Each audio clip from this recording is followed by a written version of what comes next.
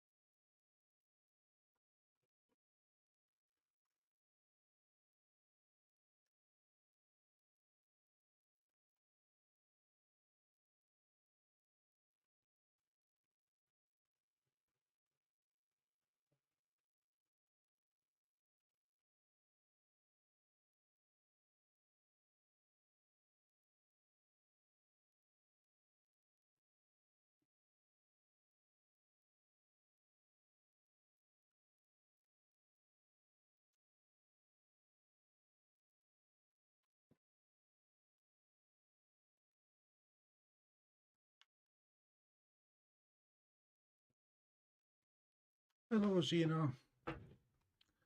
Hope you don't jinx it for us. It should be a good night. Looking forward to doing the science that we could not do the other night.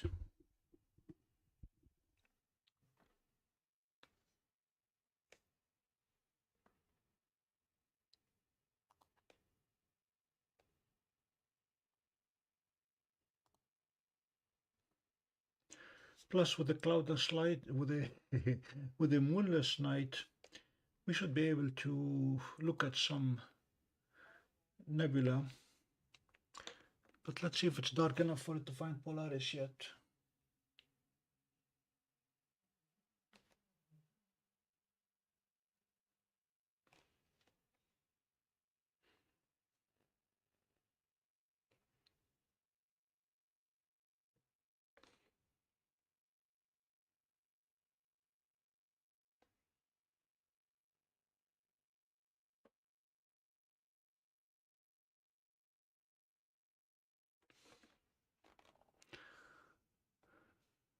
Still a bit too bright to see any star, but we'll give it a try in a minute.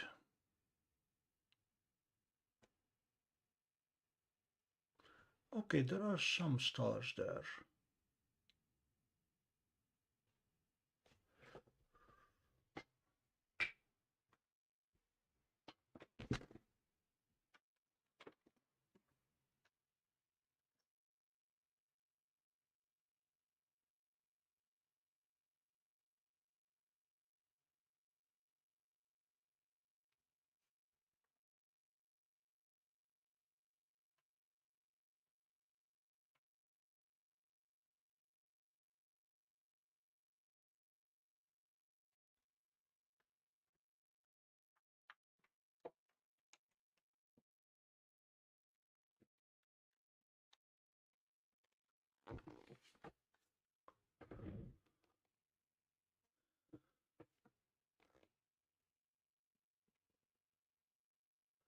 I don't dare try to focus autofocus now.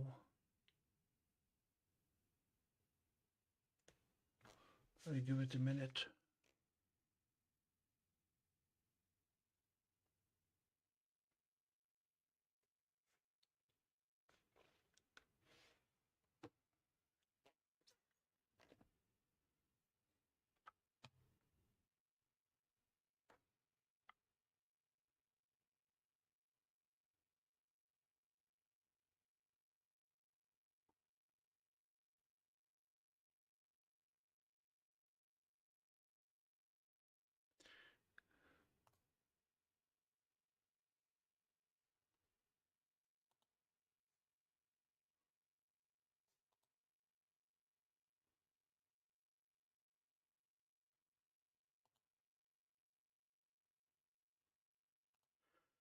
gonna be humid tonight, so might as well put the anti-dew on.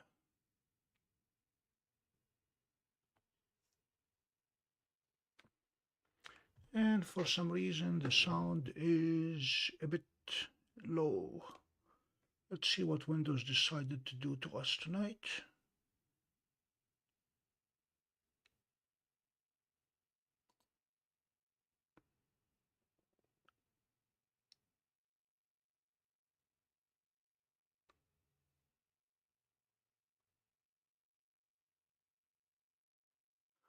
Yeah, I'm anxious to see if we can get at least 1 star.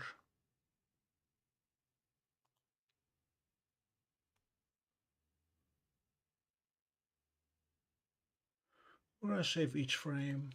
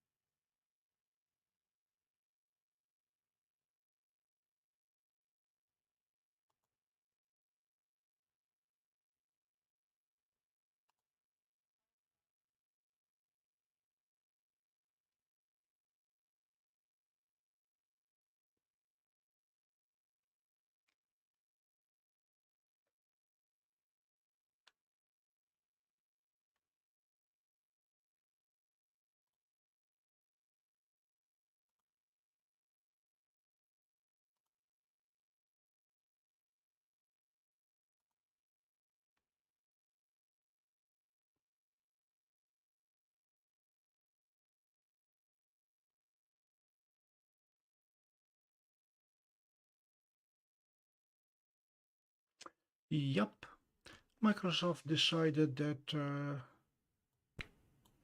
we should not have a loud microphone. Okay, this should fix it.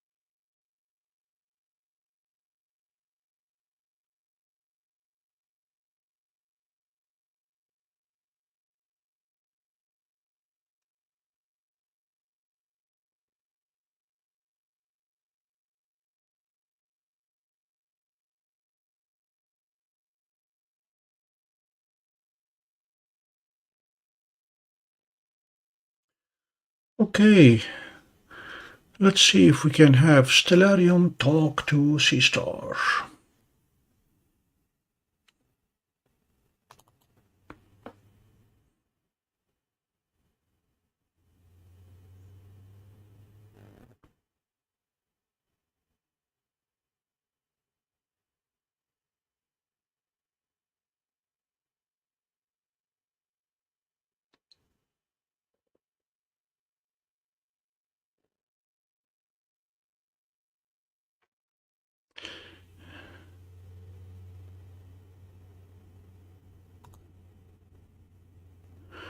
Configure telescopes. Connect. Please, please, please connect. It says connected. Let's see if it is on Polaris or near Polaris.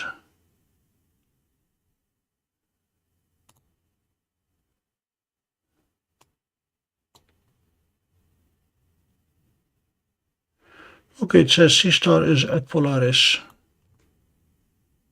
Now we want to send it to RW Dragonis.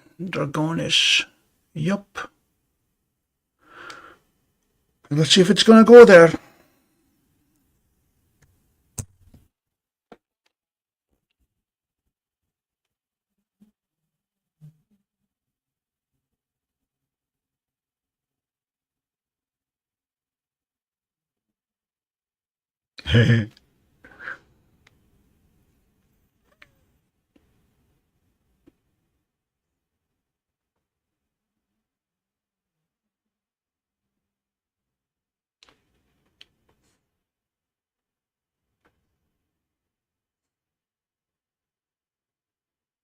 Hello, Jeannie.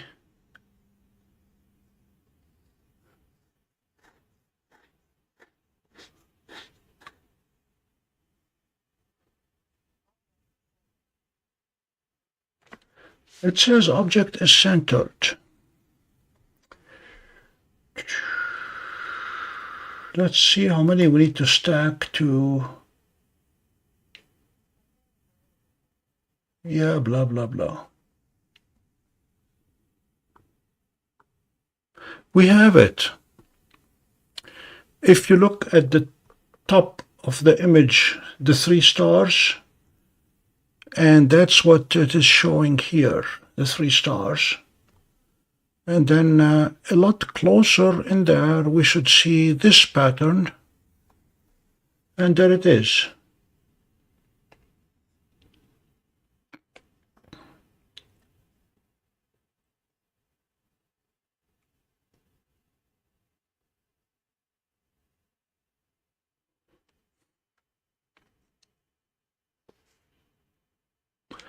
Ladies and gentlemen, we have RW Dragonis.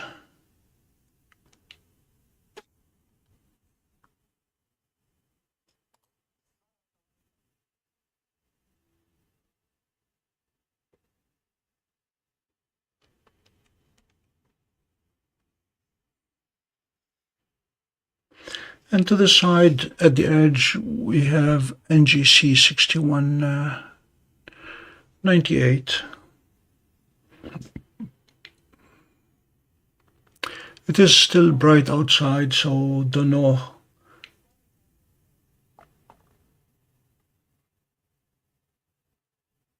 We did not ask for auto enhance, but go at it. Go ahead. Okay, let's see what the tables tell us about the magnitude change tonight.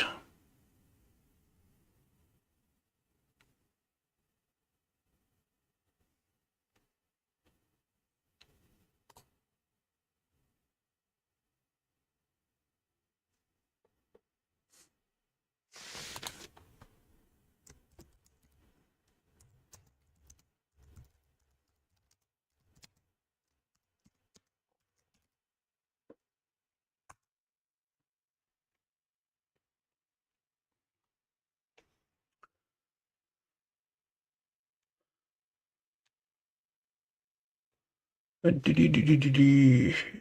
know if we can put a circle around it. Let's see.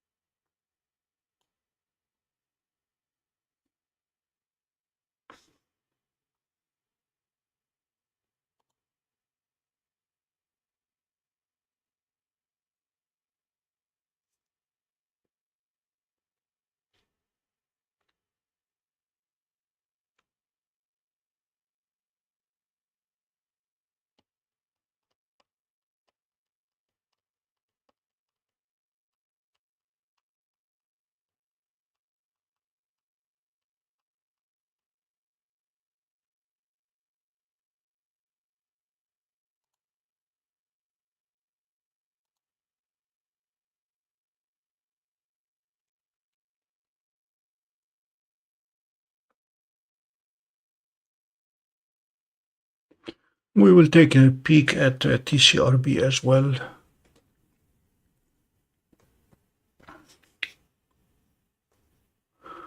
I'm going to try initially for 5-minute intervals, take a few of them and then move on. But let me verify that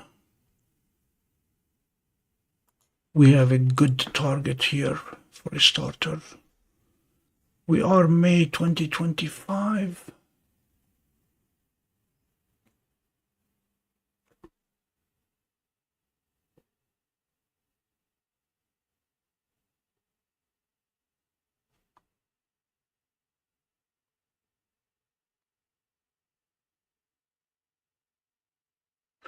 Sorry.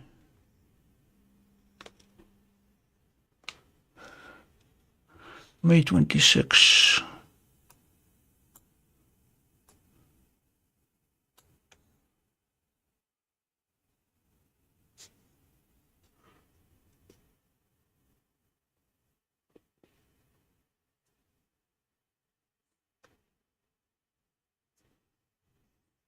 It says it's supposed to reach its peak at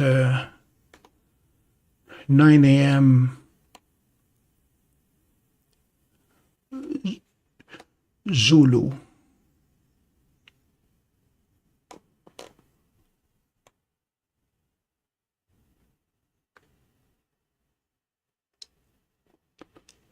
Given that it's a 2-hour cycle, we're just gonna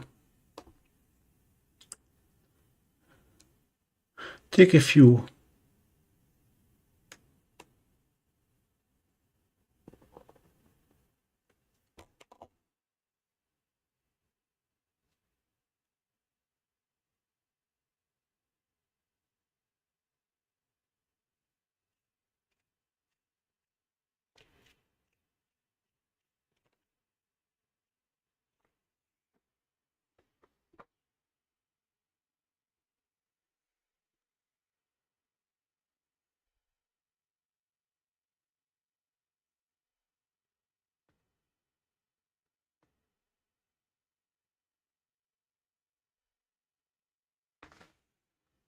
I have not tried taking flats on any of the smart telescopes.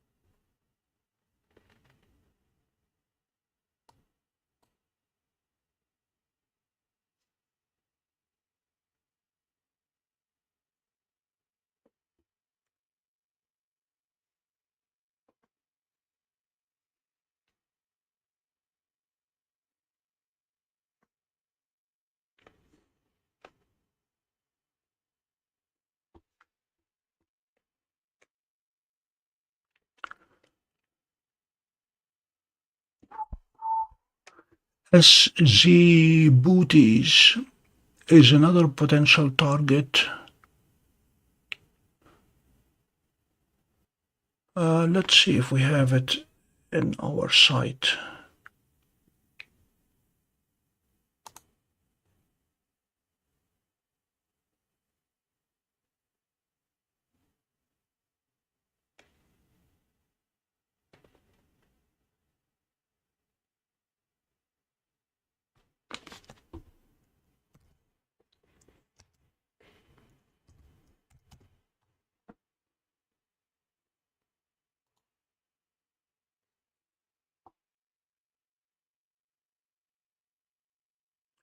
It is doable.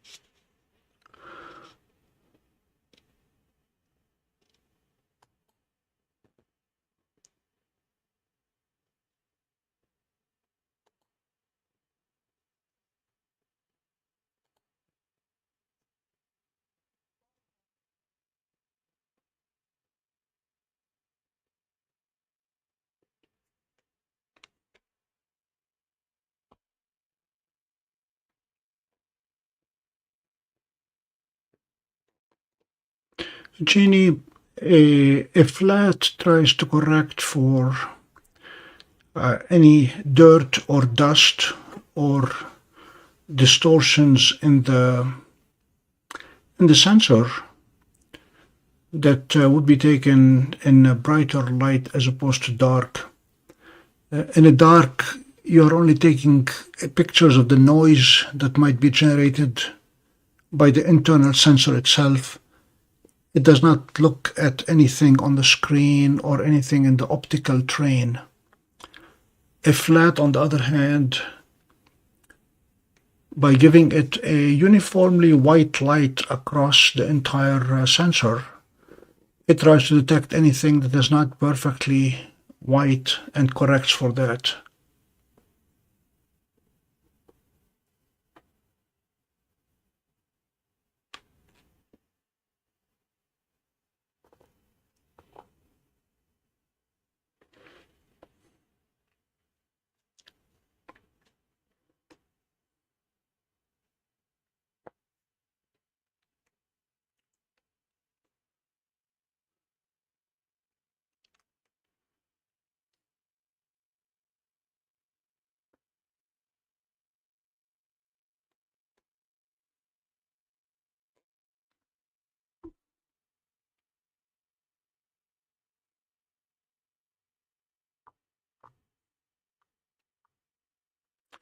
SZ is going to be slightly harder to recognize.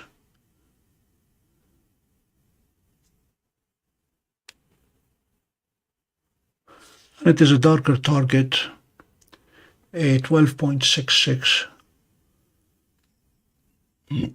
We'll see if we can get it. I'm going to take half a dozen 5-minute exposures of RW Dragonis.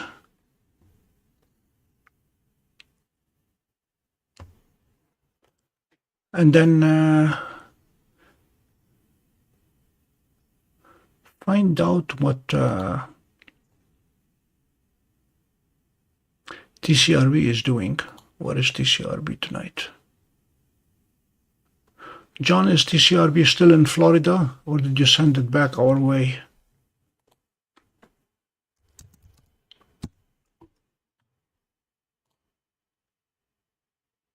No, it is here. This is interesting. It's not too far from Booties.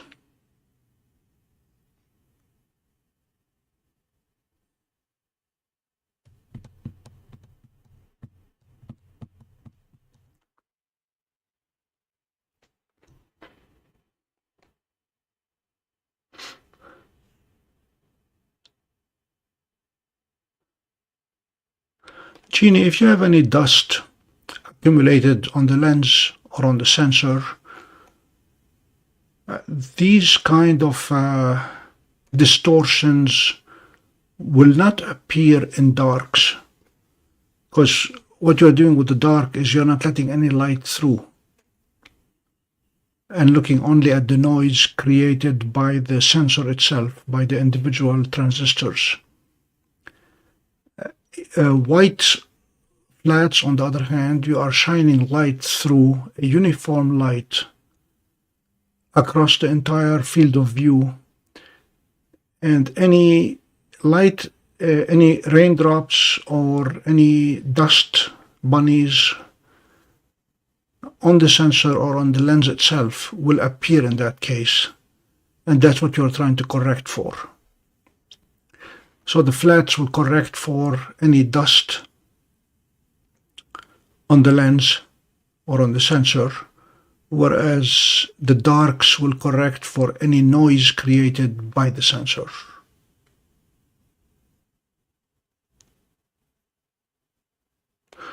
Please keep your thunderstorms at least for the next day or two.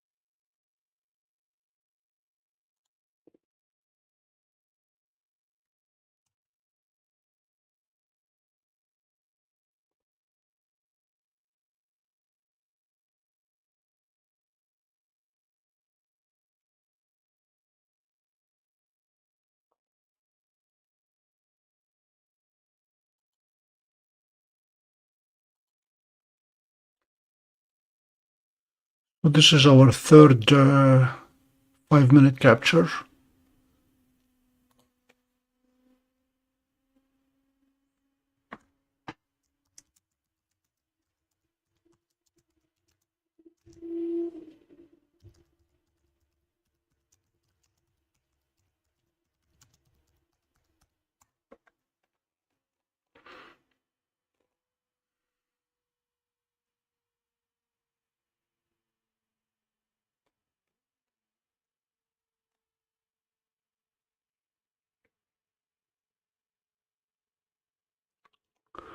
Genie, one time I had a slimy insect crawl across my 11-inch telescope across the lens from one end to the other. And that necessitated cleaning the lens.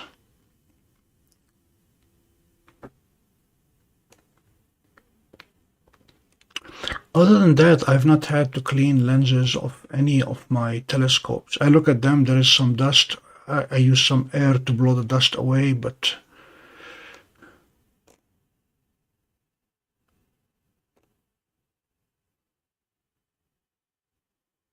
they're fairly resilient.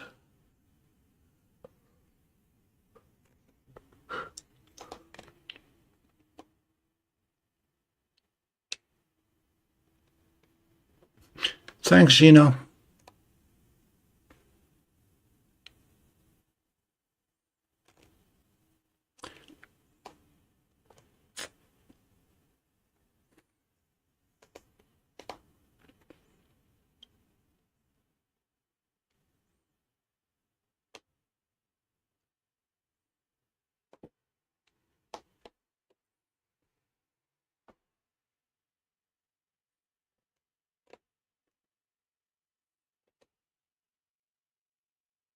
Okay, we're starting to see stars on the SkyCam. It should be reasonably well aligned to give us Polaris on the top.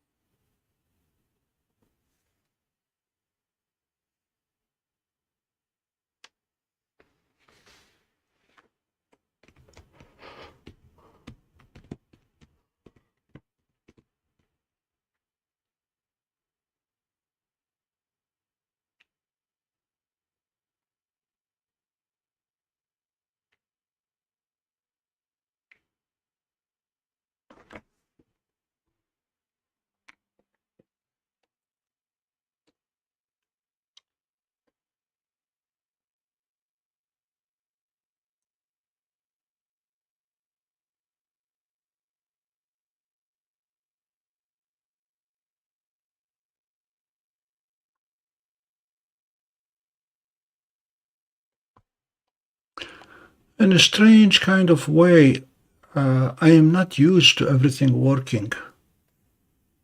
So I'm not going to mention that everything is working.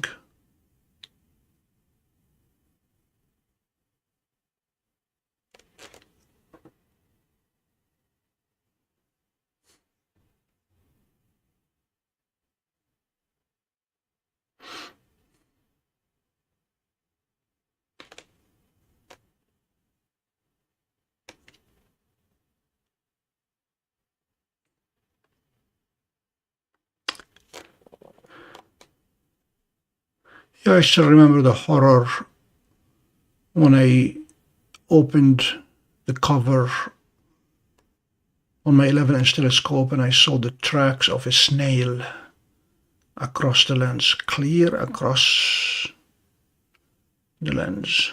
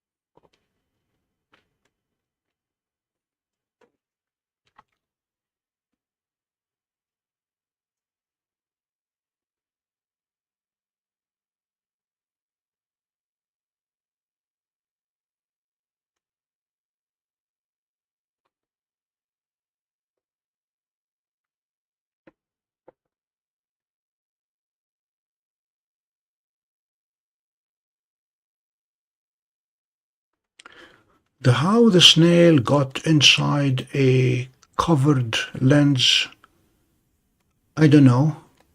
The only possible explanation is it made its way at night when I was imaging and the lens was uncovered. And then I put the cover on top of it. And it had plenty of time to make its journey around the lens while the cover was on.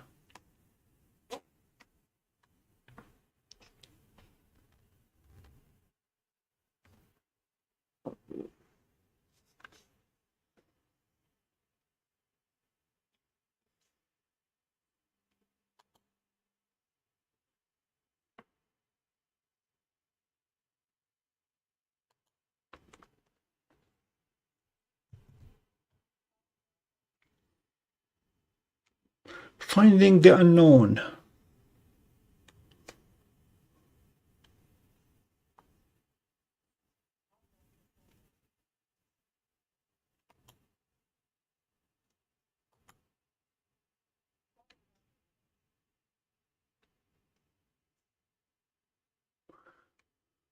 Hi, Belle.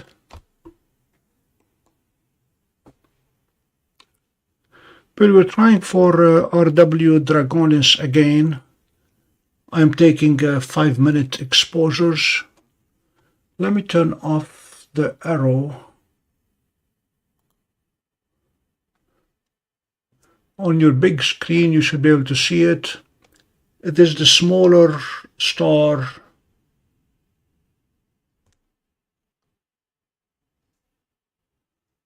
inside that triangle, if you will. Let me show you exactly what it is. This is a good rendition on Stellarium. This is actually a very faithful reproduction. I've been taking 5-minute exposures. This is my 4th. I plan to take 2 more and then move off. Because at 10 o'clock, give or take, we have SZ booties that is supposed to reach peak. And that one has a 2-hour period.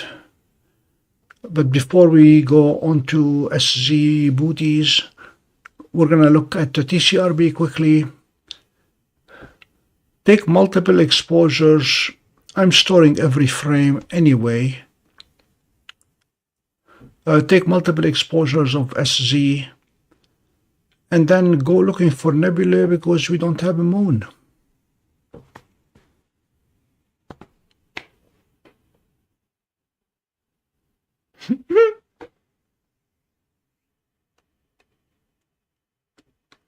Zena, now that you are retired, you may want to upgrade from watching us on a flip phone to a laptop or a tablet so you can see the big picture.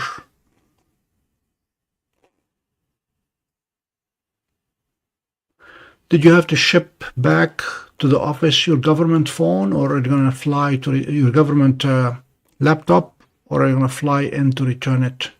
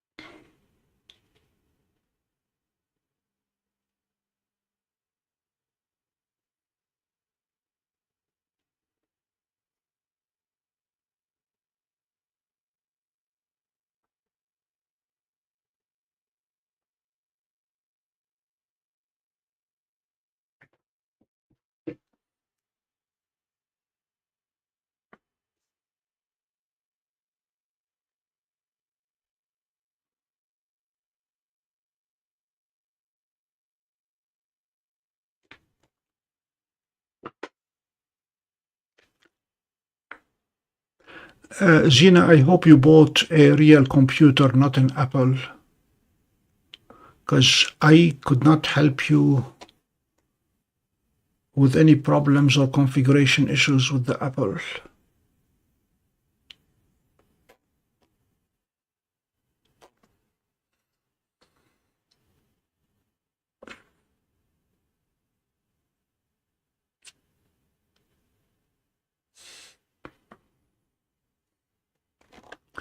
Bill, I was telling them the story of finding the slimy trail of a snail across my 11-inch lens, all the way from one end to the other,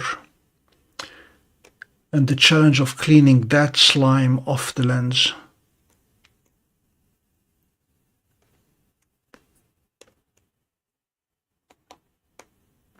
I started with sandpaper and then used the chisel. Just kidding. The Celestron fluid and the wipes, the individual wipes, did the job actually. They cleaned it very, very well and left no trace.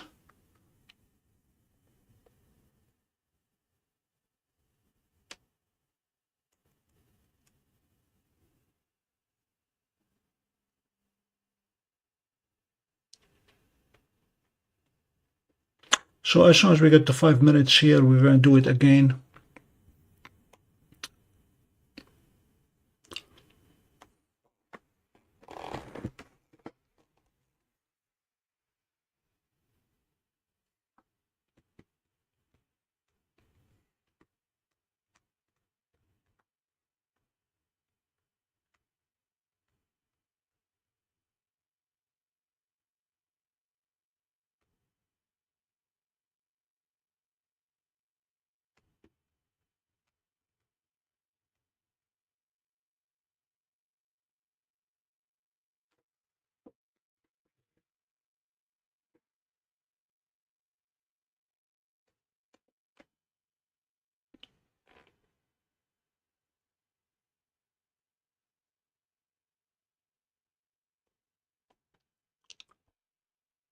John, did we say that Seestar knows TCRB?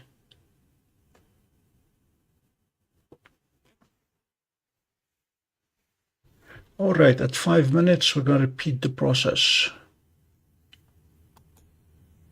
We stop. We go to Stellarium. We send it there.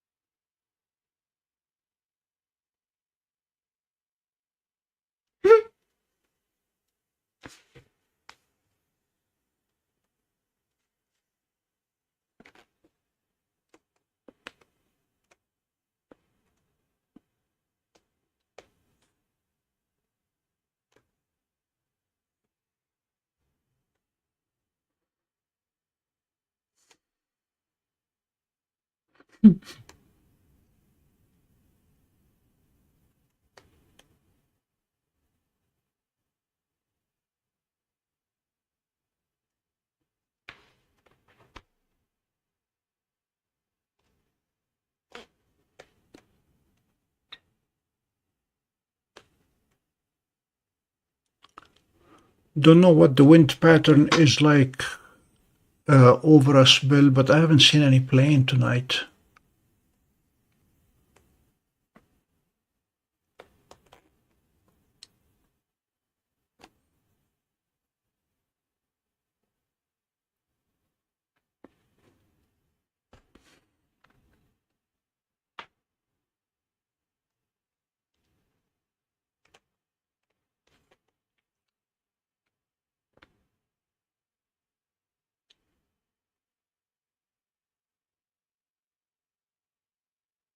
It's interesting how Seestar allows the mount to drift. Actually, it does not correct for it, allows the target to drift and corrects in the stacking. Don't know if you can see the Seestar. Okay, it's moving it now.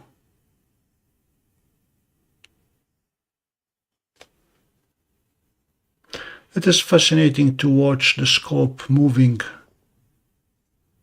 whenever it moves relative to the target.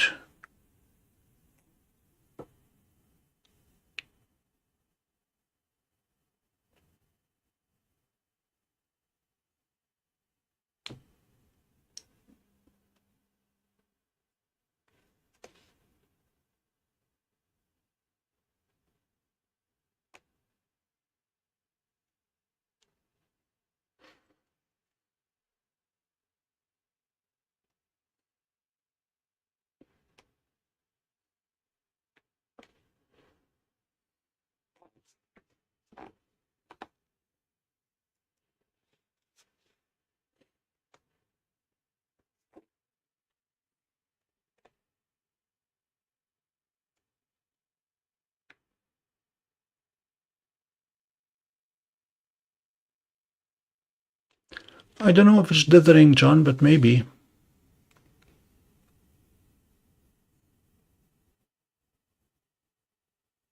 I hear it outside my window, and then I see it moving. For some reason, the sound travels faster than the light here.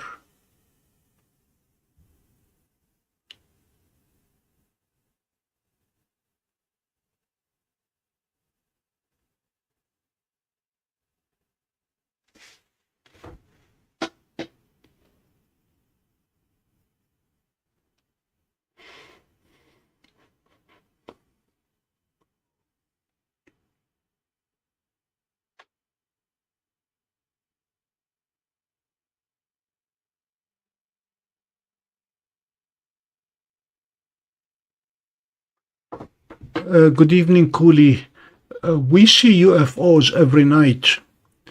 And fortunately, Bill here tries to tell us what those unidentified flying objects are. Usually what flight number or which satellite. But until Bill says that it is not UFO, it remains classified as UFO.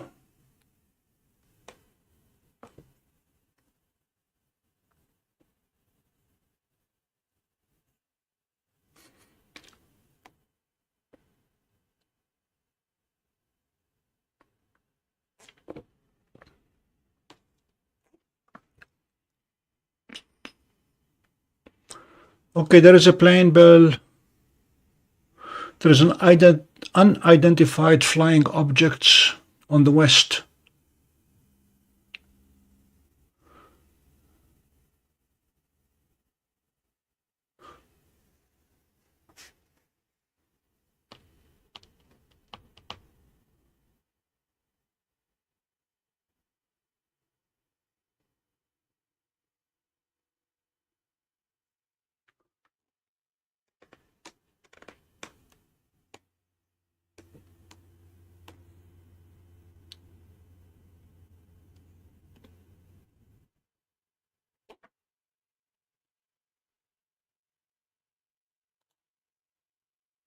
And we have 9 current viewers, but only 6 likes. So there are 3 people who don't like what they're seeing or forgot to click the like.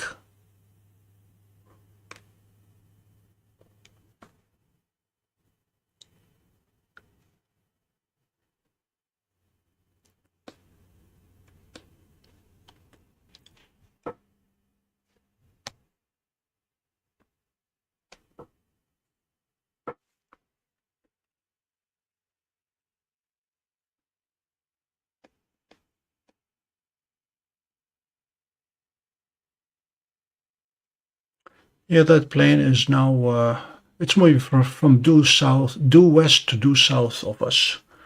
We're at 5 minutes, we're going to stop. We have one more.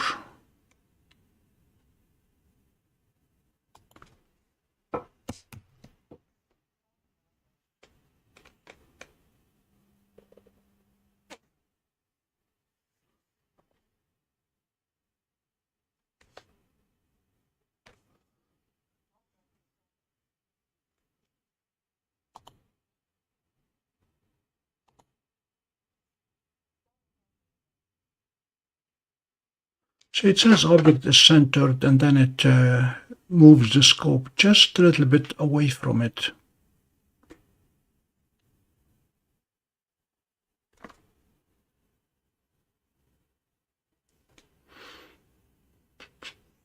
Hello, Raider.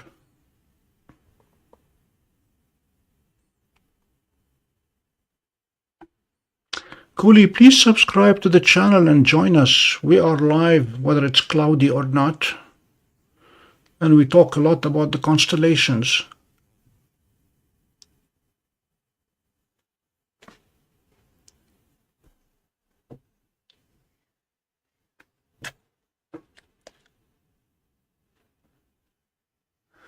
It must be Raider fan that has not clicked, who has not clicked on the like yet.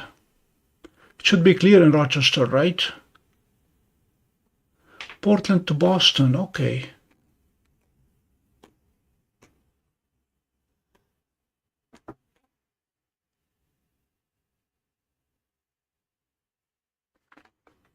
Okay, Bill, which nebula do you want to see tonight? Have not had a chance to look at what our choices are.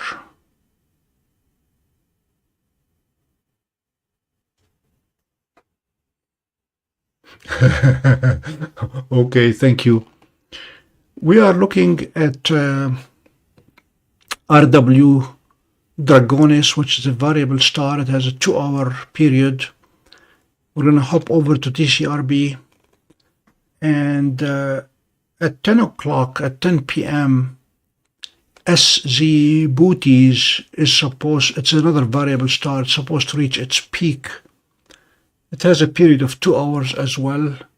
We're going to try to image it for about, close to an hour maybe, to have enough data. And then we're going to hop onto whatever nebulae you guys want to see. It's not always we have a clear sky like that, so I'm taking advantage of it. Whoa. That was a Starlink, probably. We're also testing an arrangement whereby Stellarium is driving the Seestar S50. And it's showing exactly the field of view which corresponds to what we have. If you look at those top 4 stars in a row, there they are, which confirms that we have the right target in here. You can see the 4 stars in the middle of the screen. This one in the middle of the triangle is the variable star RW Draconis. It says magnitude 11.4. It is supposed to vary between 10 and 11. So it doubles, more than doubles in brightness over a period of 2 hours. So we're taking 5-minute stacks, and then I will analyze them separately and see if I can tell, without the anticipation bias, if I can tell whether they are changing magnitude or not.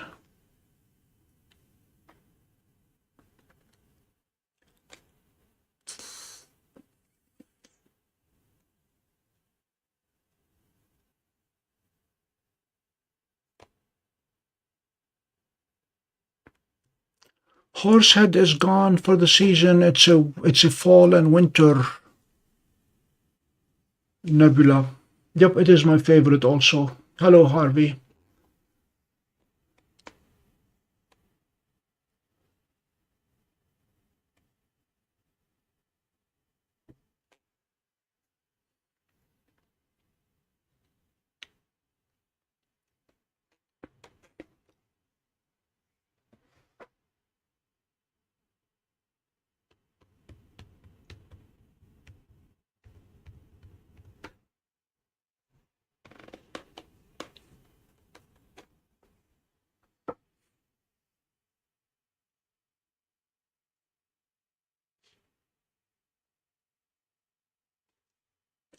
The Milky Way is starting to make its appearance here. Guess what? I went to the cemetery today and mowed my little piece of heaven so that we'll be able to get Mimo going fairly soon.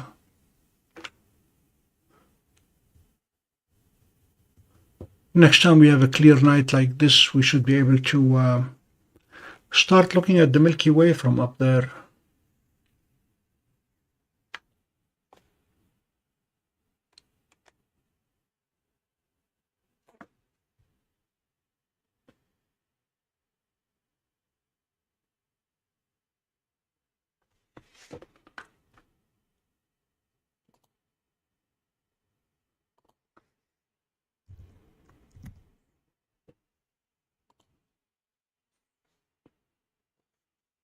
C15 is doable, Bill. It's going to be tiny, but we can go for it.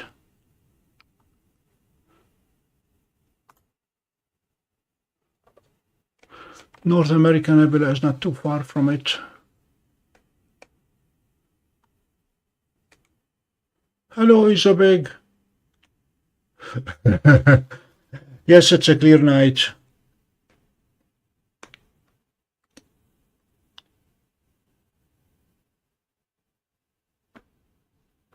If we had the dwarf out, we can definitely do the North American Nebula. It's large enough to fit in it. Pelican is a possibility. Let me see what that is. Okay, our exercise with RW Dragonis is complete.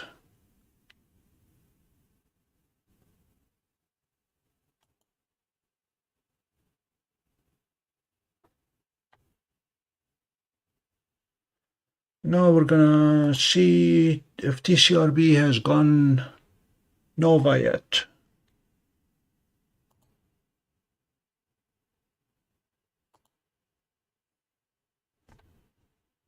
Yep, there she is.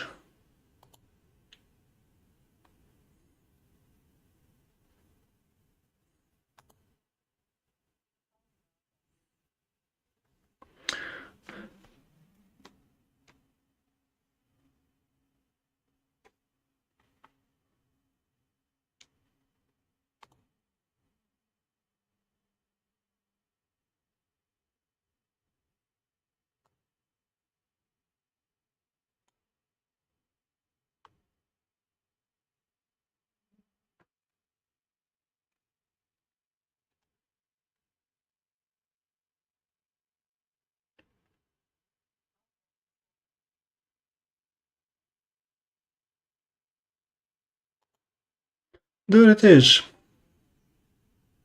Has not gone nova.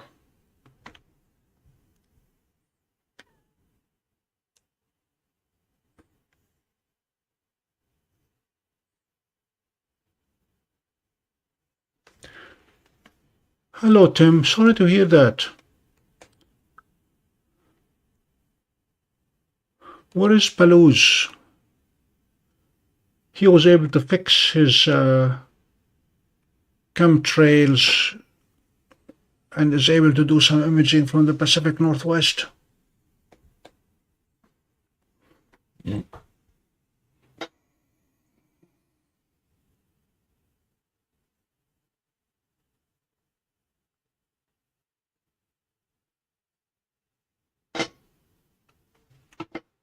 See, Tim, we are a very friendly group here. Everybody says hi.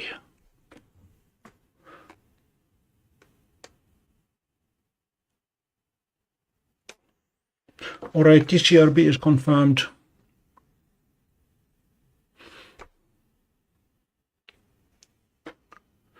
It's 10 o'clock. We're going to hop over to SZ Booties.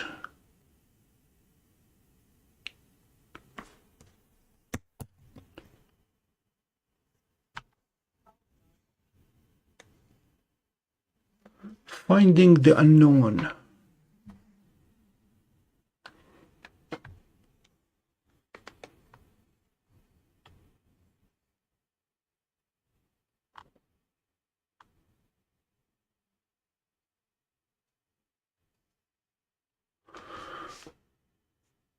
First order of business is to make sure that the star pattern makes sense.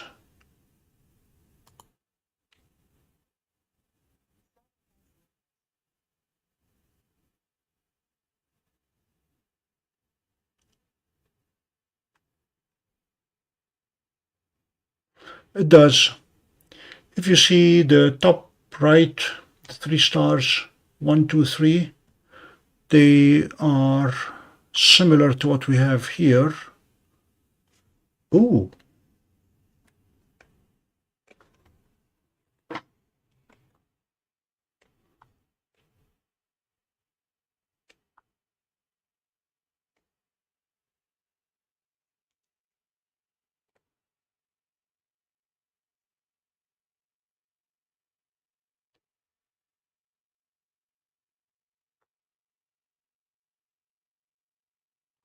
So we have 2 stars on top of each other, and here they are.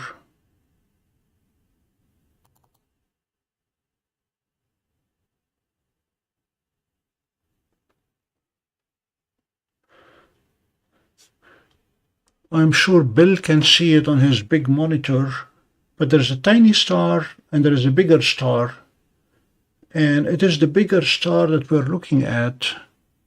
That is the variable star. It should be at a maximum now with a magnitude of 12.6, and it should be losing brightness over the next 2 hours.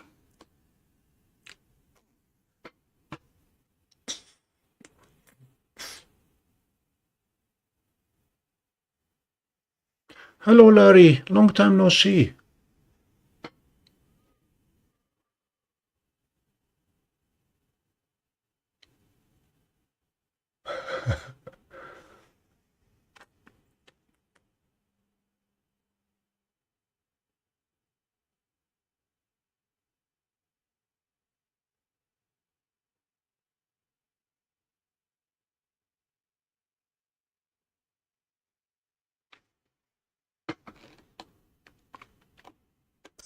Ladies and gentlemen, if you just joined us, this is the Pompey Observatory, and we are doing science tonight, not for long.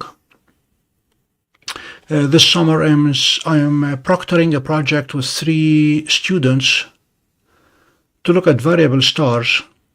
We will consider the summer a success if they're able to plot the light curve for one of those variable stars. The one that I'm looking at right now is SZ SZBOO. It should have a period of 2 hours, and if the data are correct, it should be at a peak now. I plan to take half a dozen. For those who are new to English, that's 6. 5-minute stacks, and then look at them offline to see if we can detect any change in the magnitude and the brightness. It is good that I have a reference star right next to it.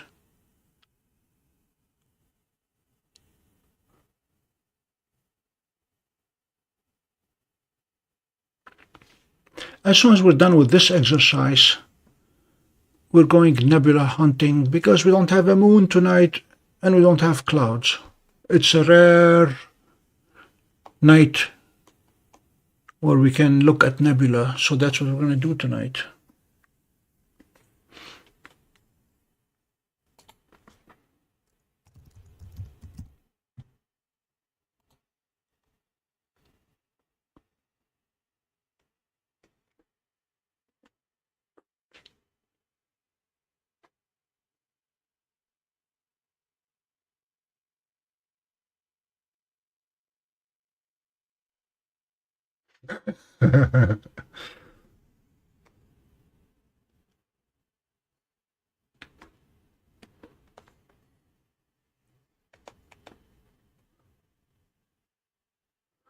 Harmonia, I was reading an article today that Portugal is the most desired nation for Americans who want to leave the country and go to Portugal, and how the influx of Americans is creating a shortage of housing for the Portuguese people and is increasing the prices artificially.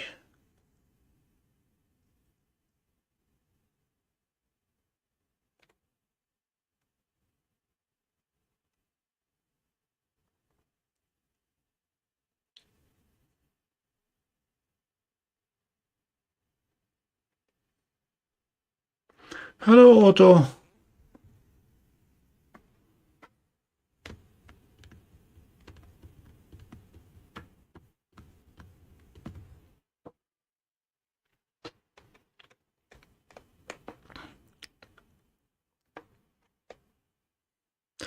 DWARF would have allowed me to set the number of frames. I don't know how to do it on Seestar, or if I can do it on Seestar. But we will stop manually at 5 and then rinse and repeat.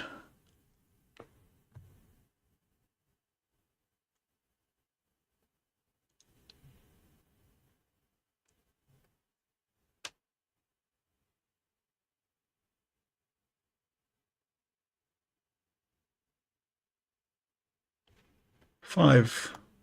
We'll stop it. And we'll send it back there.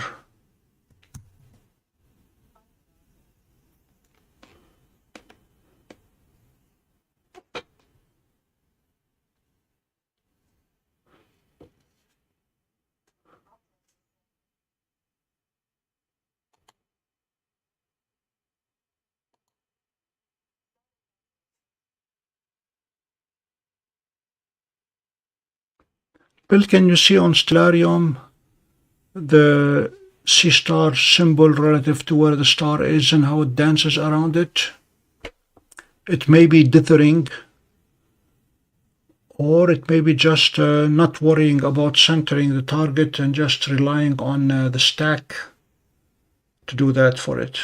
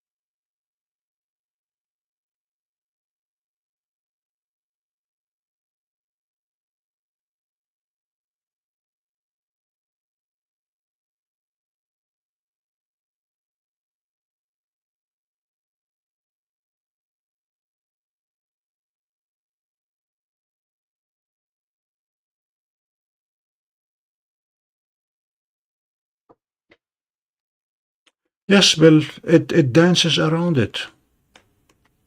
I can hear it moving outside the window, and I see the indicator move around.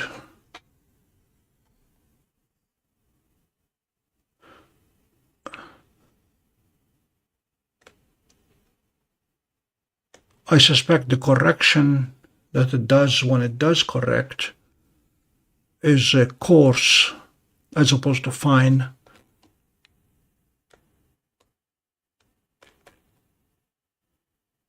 And fixes the discrepancy via the stacking. Align the frame and stack it.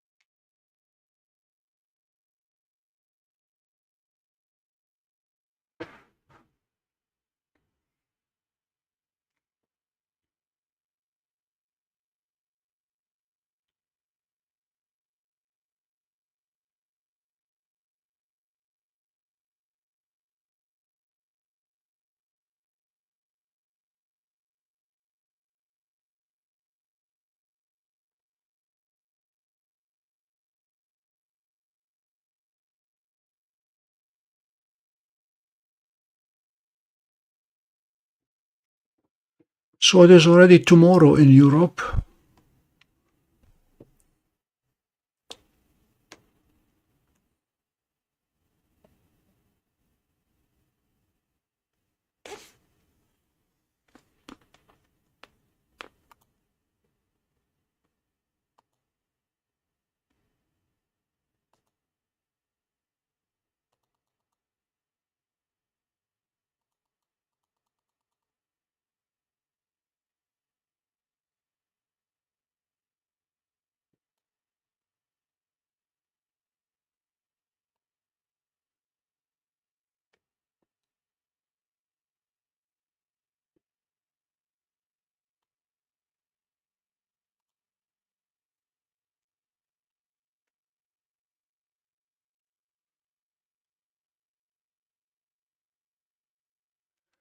Thanks for staying up with us.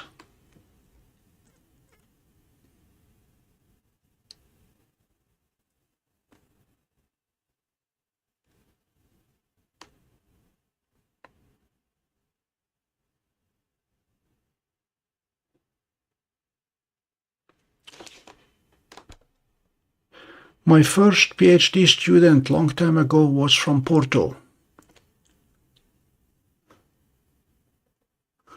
Haven't heard from him lately. He must be getting old.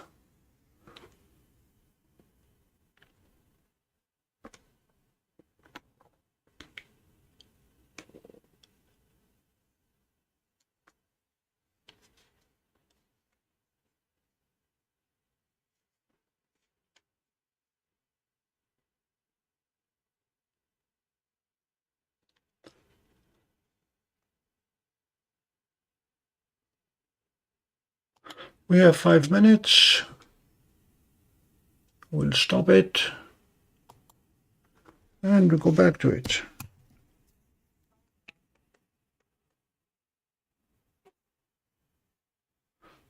See, it tries to center it,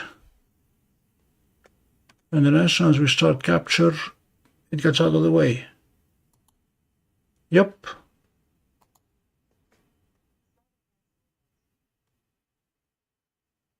Come back to me.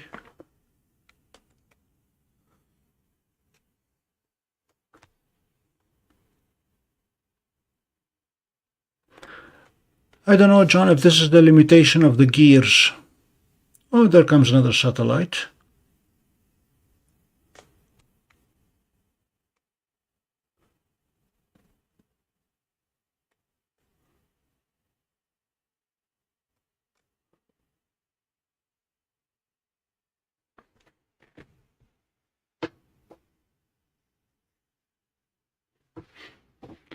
Hello, Jacob. Good night, Jacob.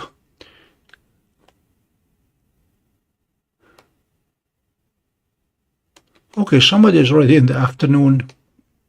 It's winter, right? Or getting towards winter. Hello, Stanley.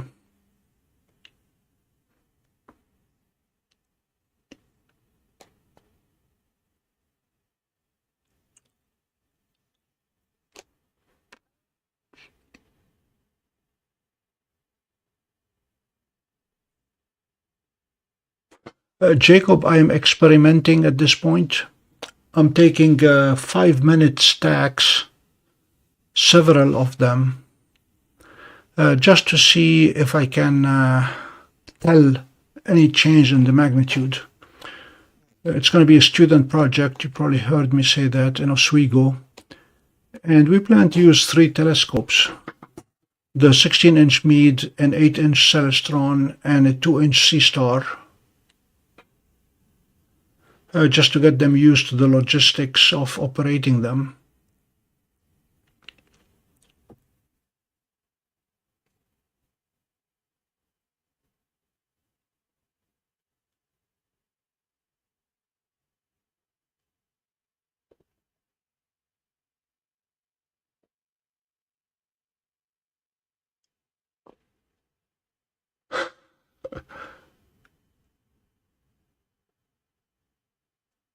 I would love to have the data, if you have it, of M3. Actually, Professor Kambur wrote a paper about M3 specifically and the Lyra inside it. For the purposes of the student project, I'm looking at variable stars with no neighbors, trying to avoid big clusters, to see if they can write a program that will compute the magnitude of each of those stars. By the way, I'm storing all the frames. This particular one, SZ Booties, is supposed to be at the peak now and declining in magnitude over the next 2 hours. So I'm going to just grab about half an hour worth and maybe come back to it in about 2 hours to see if we can really tell the difference.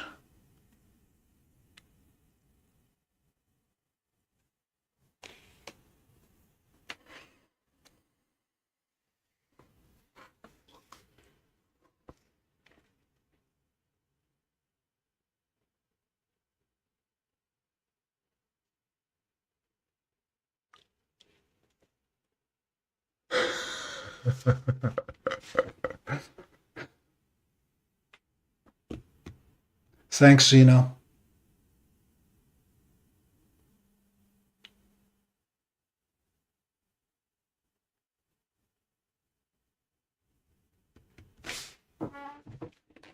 Right now the setup is a Seestar S50 Smart Telescope.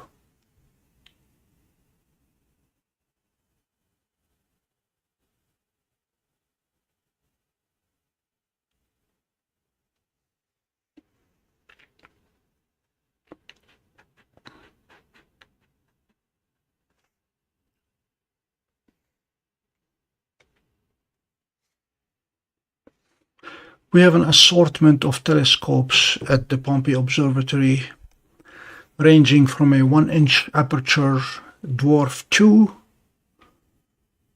all the way to an 11-inch equatorially mounted Celestron Edge HD.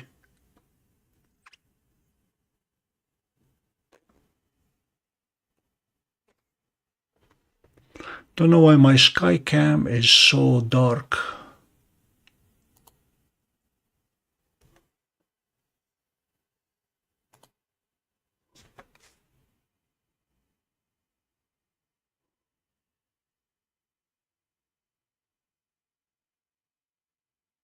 Okay, both gain and exposure are on auto. Okay.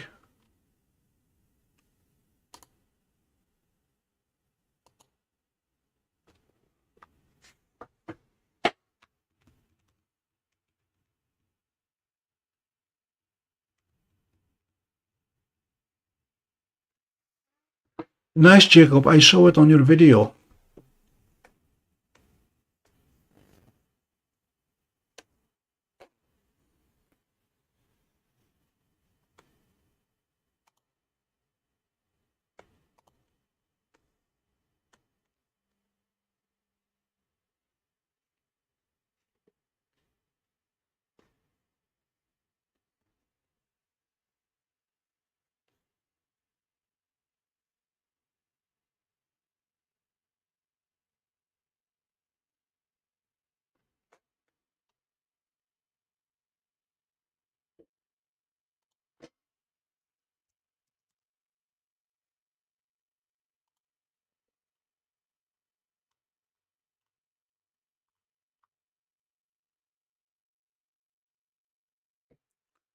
Okay, as soon as we're done with this, we're going to hop over to Caldwell 15, and then we'll come back here to take a few more.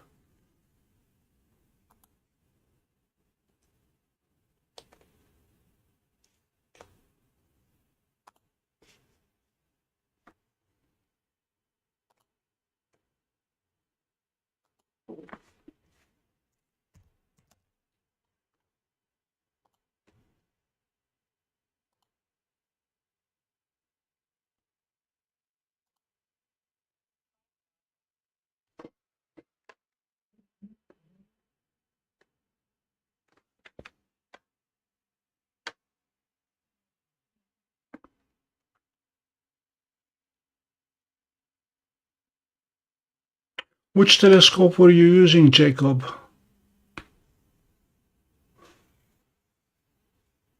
One over 200, it's going to be very blurry. I usually go with 1 over 8,000 to get the ISS.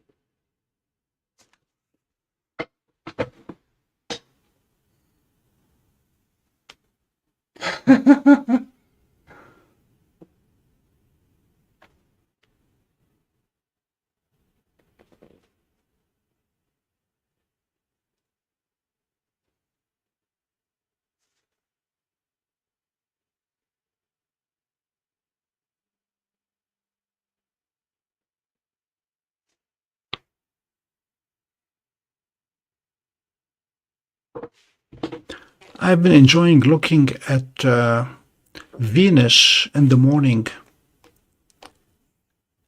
It looks like a very, very nice crescent at this point.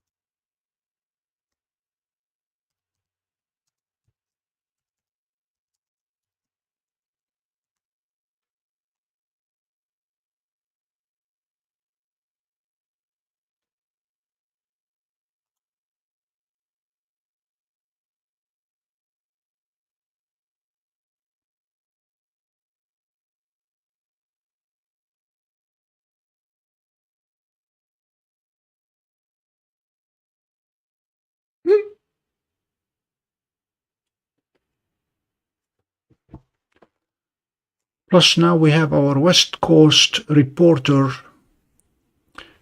imaging things that are slightly lower than the heavens, closer to Earth.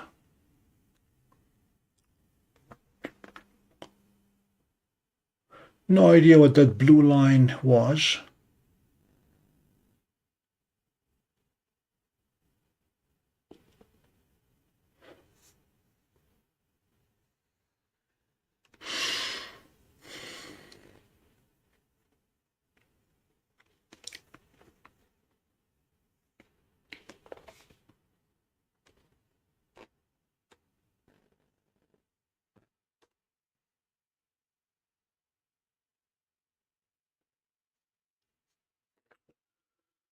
Jeannie, you may have to calibrate the Seestar when it's still dark enough with plenty of stars, and then send it to Venus. It will probably fail to find it, and then you cancel the searching for Venus, and there it is. It'll be right there.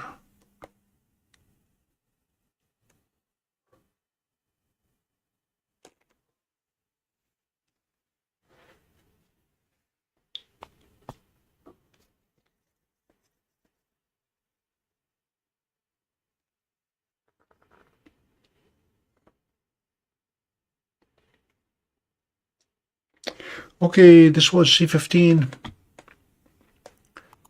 Gonna go back to SZ booties to take another batch.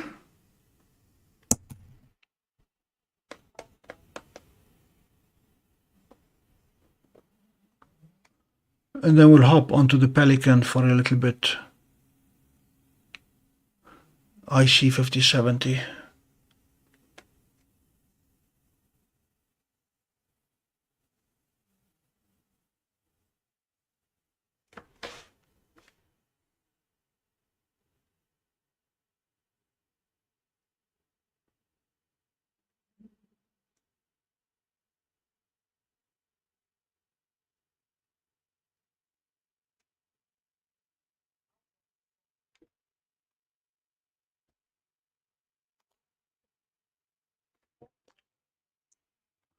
Jacob, the Seestar Alp is working like a charm tonight. As you can tell, I'm able to send Seestar to wherever I wanted to go.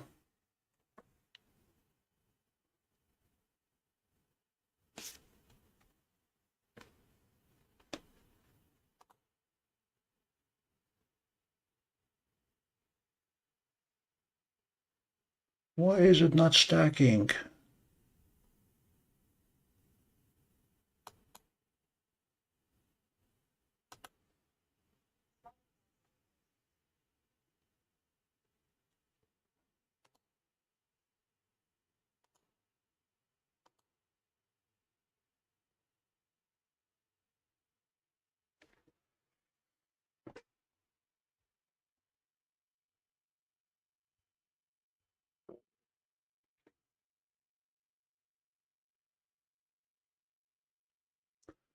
We have an ill-behaving app.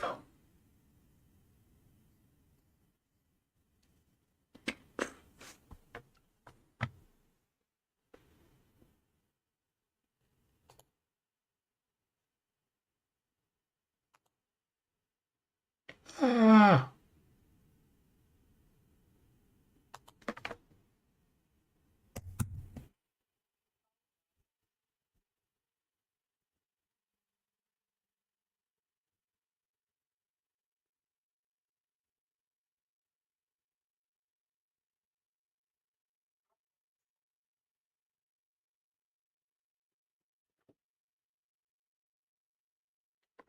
Okay.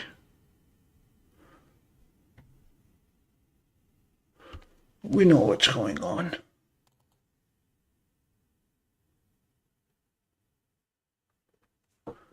For some reason, screen copy does not like it when I zoom in on my tablet.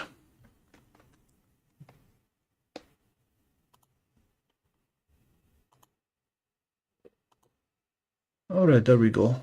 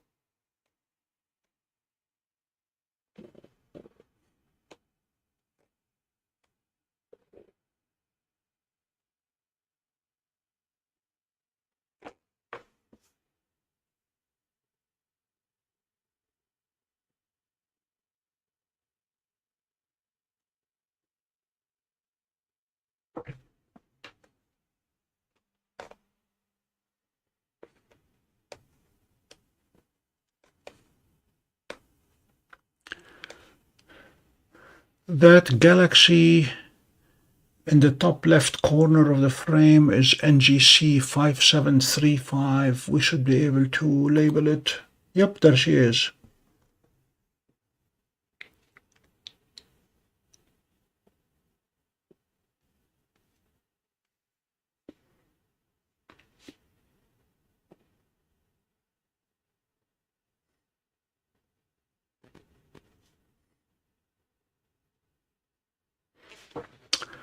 All day long, Bill, all day long. When I have my Dwarf 3 sitting literally outside my window and I lose connection to it. I've given up on station mode and I connect directly to the device. You may want to experiment with station mode versus direct connection and see if that helps.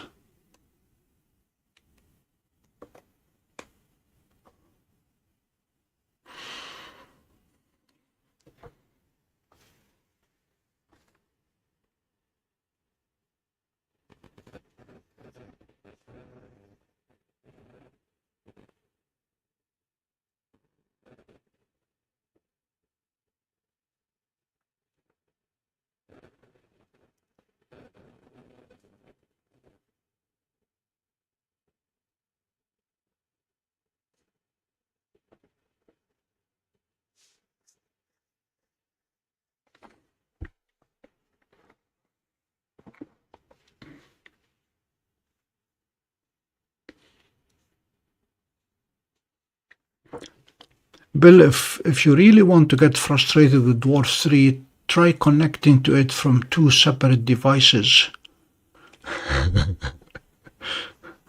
It has no practical way of moving control from one device to the other.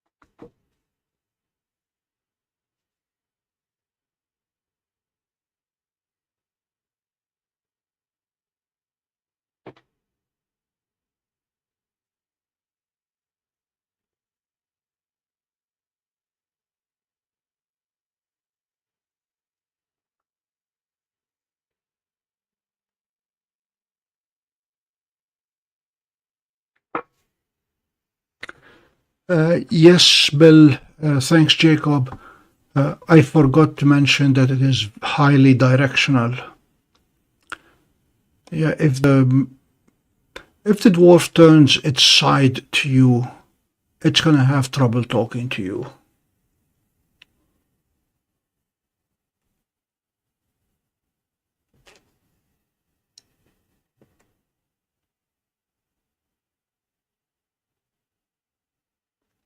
I don't know if this is anticipation bias or whether we're indeed seeing that star get dimmer.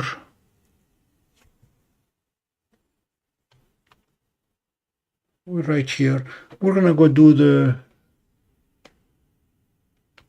Pelican Nebula and then we'll come back to it in half an hour or so.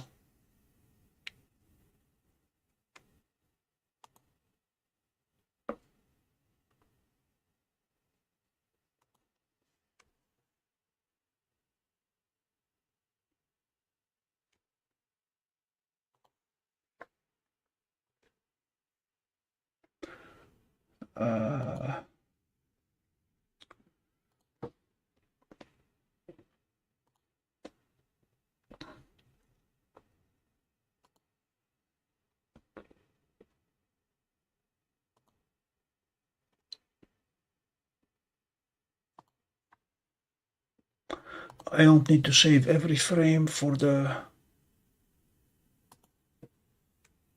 Pelican.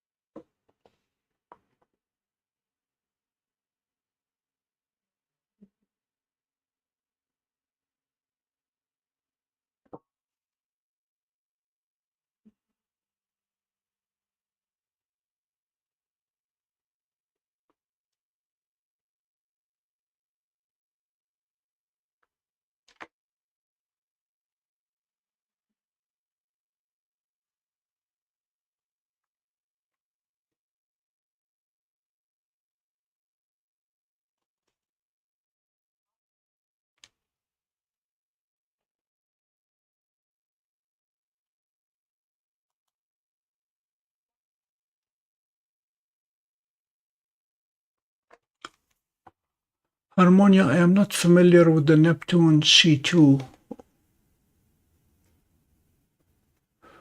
The only cameras that I have used have been the ZWO ASI family.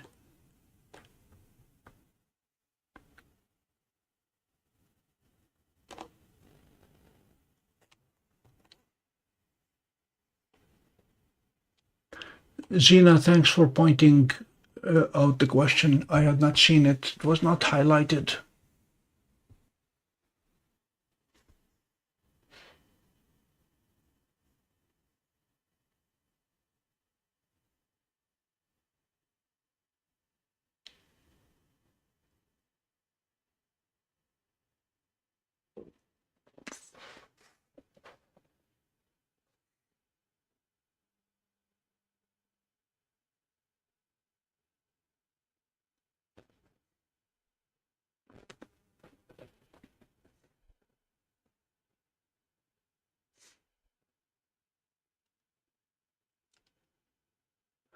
Jacob, do you have any experience with the Neptune C11 or C2?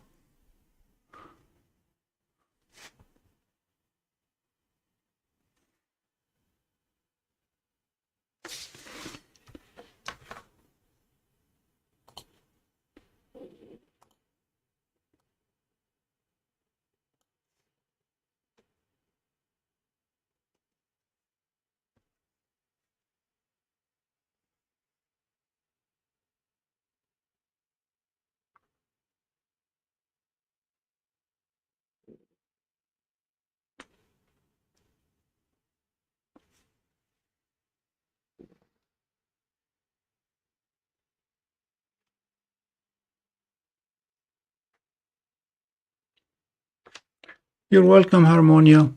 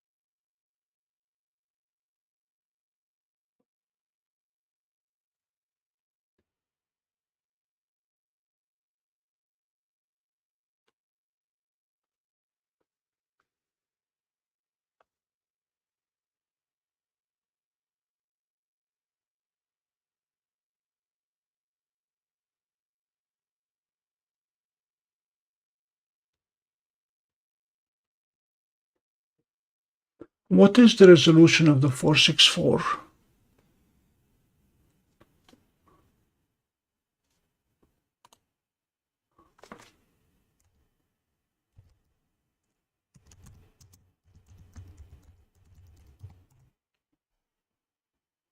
It's a 4 megapixel, okay.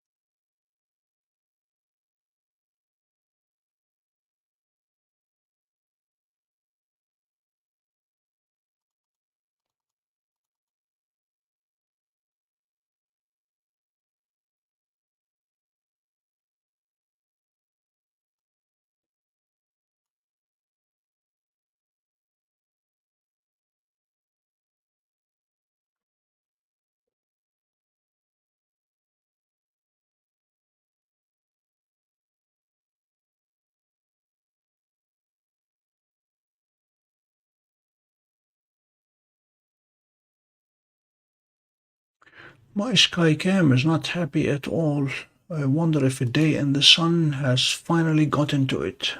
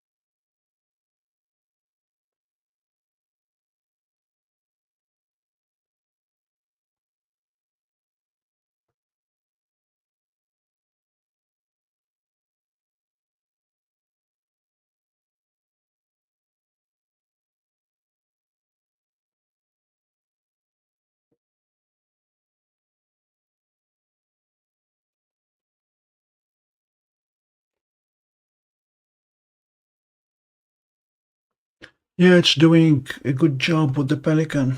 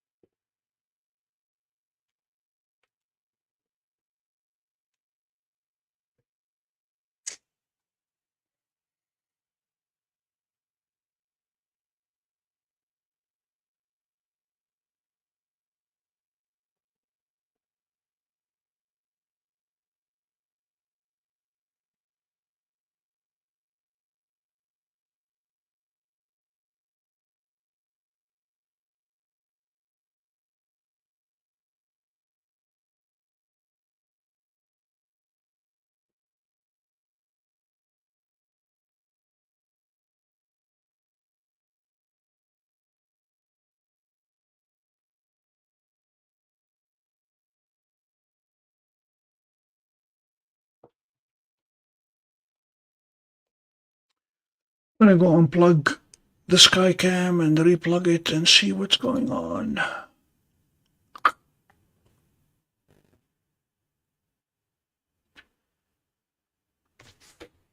Be right back.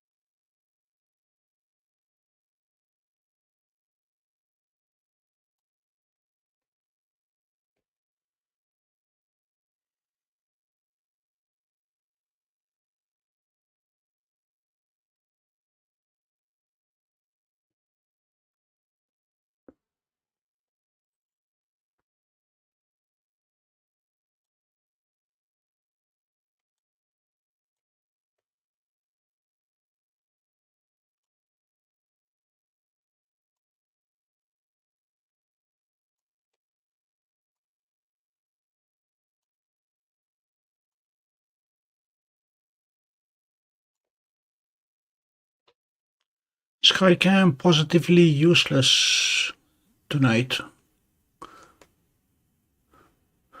Not sure if the sensor is covered with something or if the big glass has finally failed on us.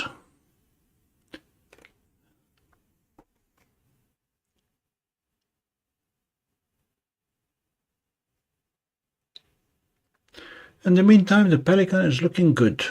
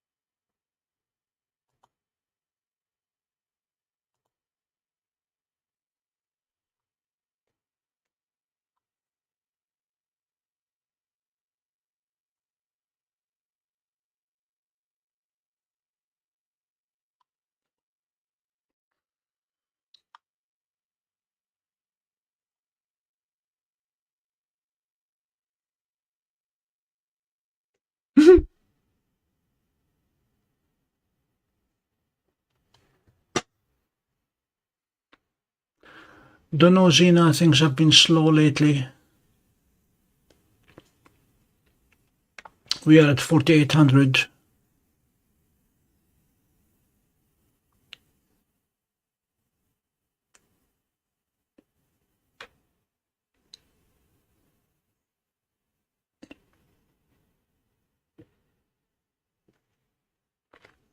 We'll probably give the Pelican 20 minutes at this point and then go back to booties and take another 5-minute capture.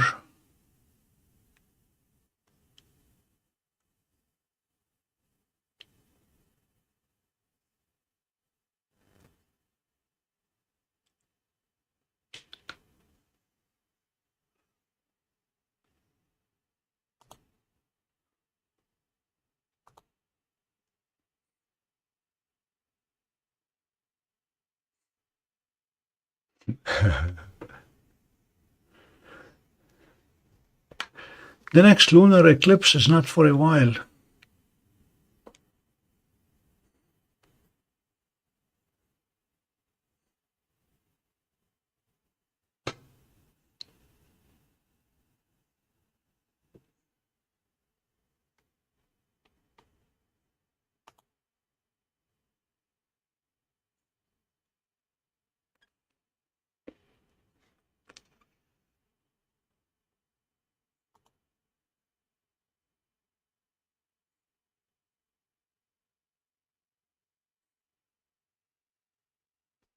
We are at 4803 subscribers right now.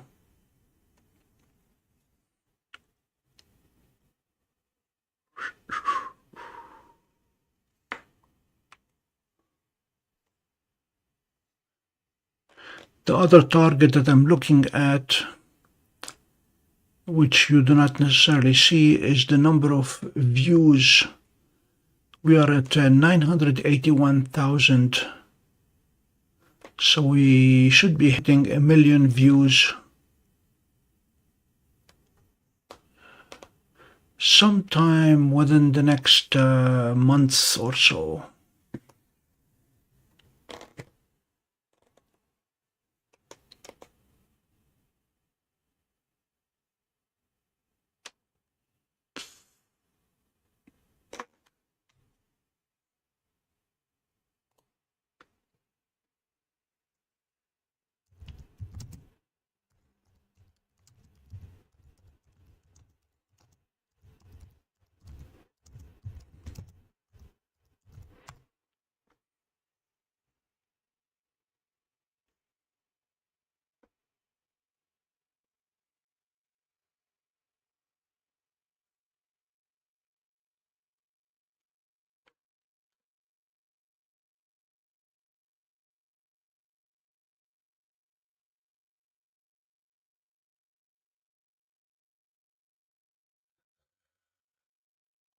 Yeah, March 3rd, 2026 is a total lunar eclipse where the eclipsed moon will set in the water. We plan to cover it from the roof of Sheneman Hall at SUNY Oswego.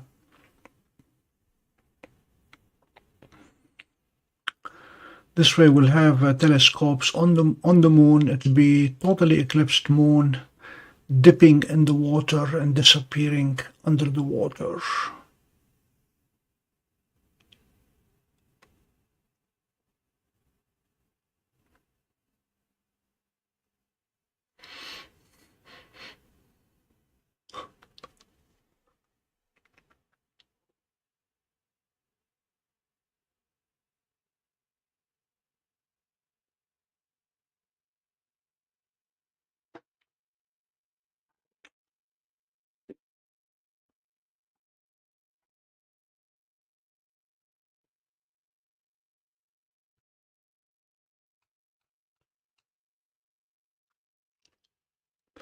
Unfortunately, YouTube has changed the way they count views.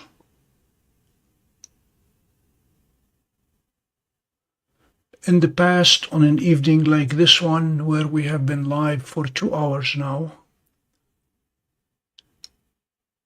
and a fairly active community, it is showing me that we have had only a total of 85 views. In the past, it will be a few hundred views. Don't know what the algorithm does or how they have changed it. But it is 11 p.m. and station identification. You are watching the Pompey Observatory on a very clear night, but you cannot tell that from the sky cam.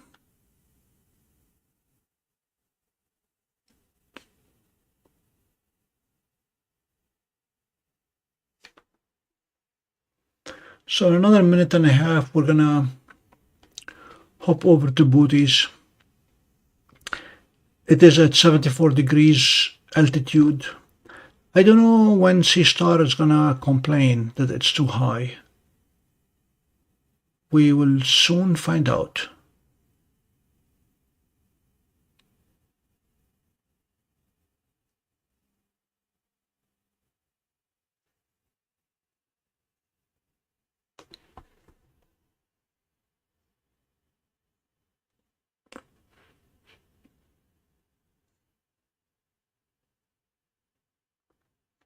Good night, Harmonia. Thanks for joining us.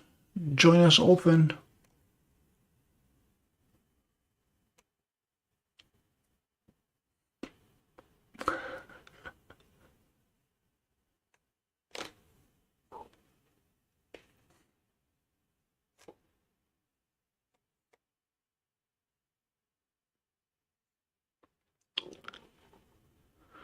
Jeannie, don't you have to go to sleep soon so you can get up to work tomorrow? Oh, that's right. You don't have to get up for work tomorrow.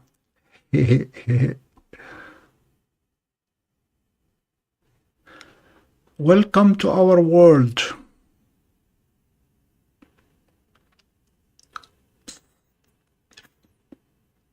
Okay, Jeannie, if you want to take a picture of the...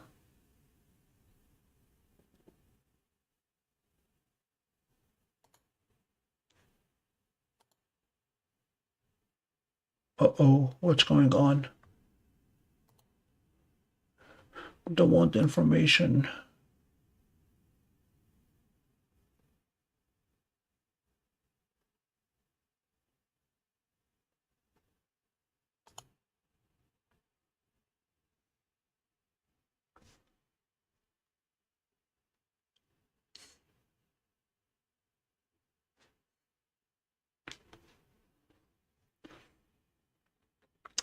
Unfortunately, I cannot use Seestar in equatorial mode at my window ledge. The window ledge is not wide enough. And I don't feel like putting it all the way down tonight. Okay. Enough. See if we can go back to Booties.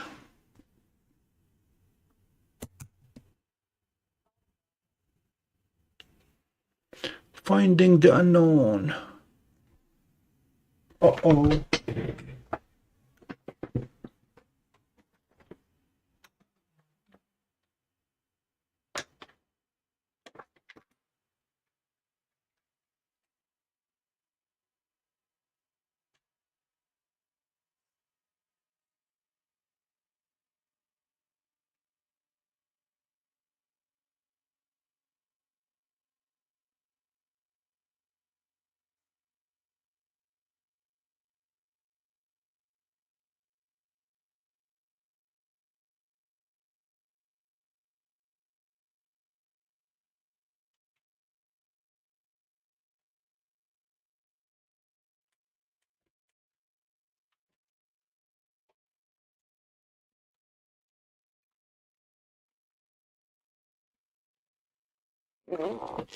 Seestar freaked out on me and did a full 360-degree turn, wrapping the cord around it.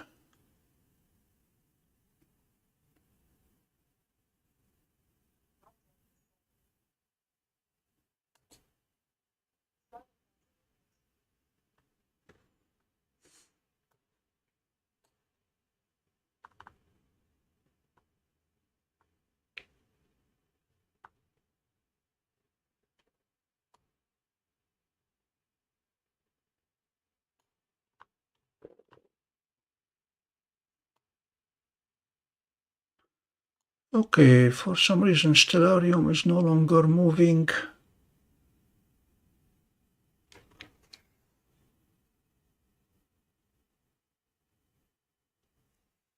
The box around.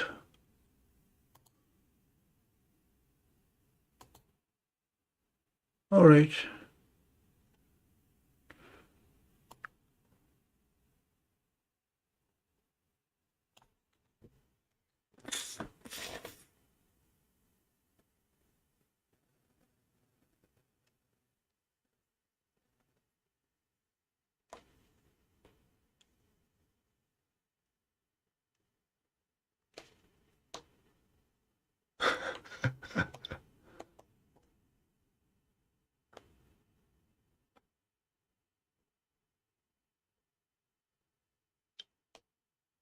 Hello, Richie says.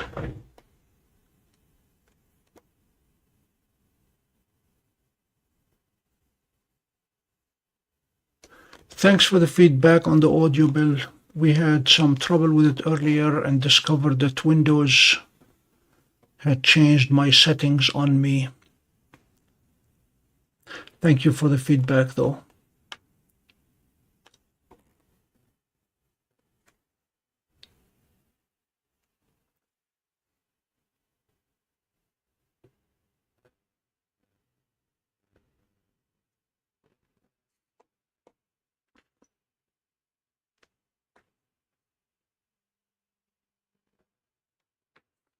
Richie, what part of the world are you located in?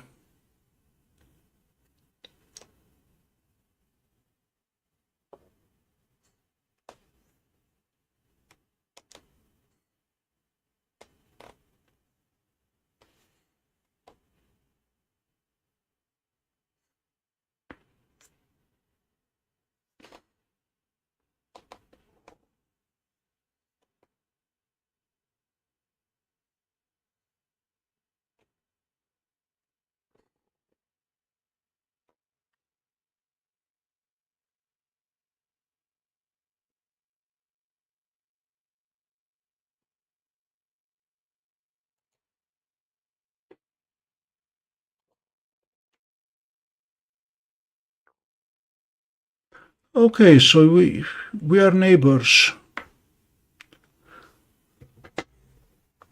Hartford, Connecticut is not too far from us.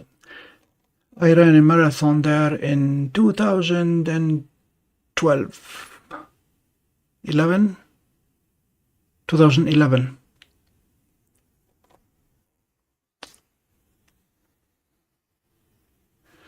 That remains a memorable marathon because I forgot where I parked my car There was no designated parking anywhere near the start. They said park in any side street that you want. After 26.2 miles of oxygen deprivation, I spent about an hour walking around the city looking for my car.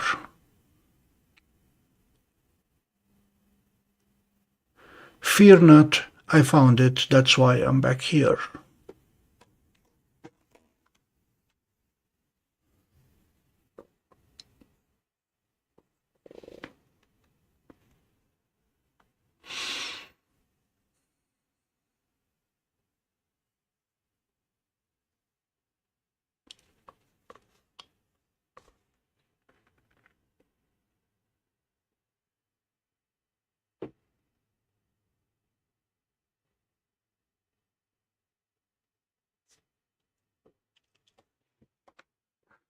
Yes, it was pre-find my phone.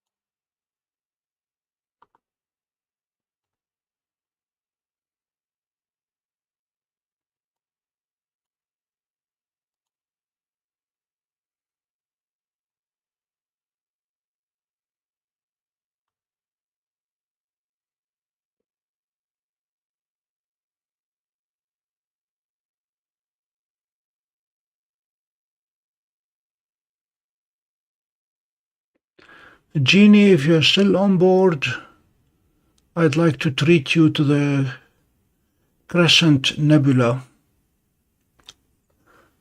after this one. Caldwell 27.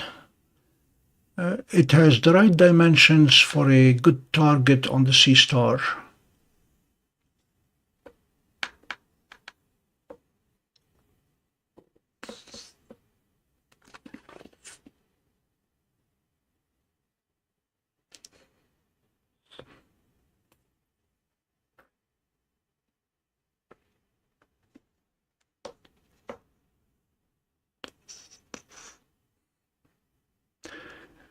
Yes, Bill, my smartwatch now even helps me find my way back when I'm traveling to cities that I'm not familiar with, and I go out for a run in the morning from the hotel. I often get lost, so now I have a watch that will show me back, the way back to where I started. And I use it more often than I care to admit.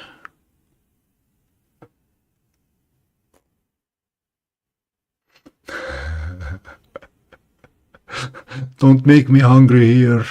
Yes, it is the Croissant Nebula.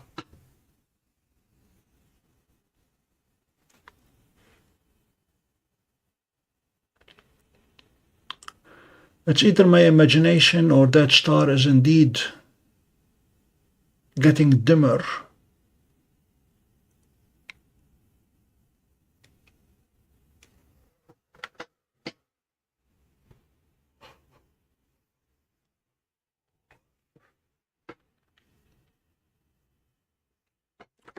Jacob, don't know if you heard me, but Seestar did the full 360 degrees for absolutely no reason.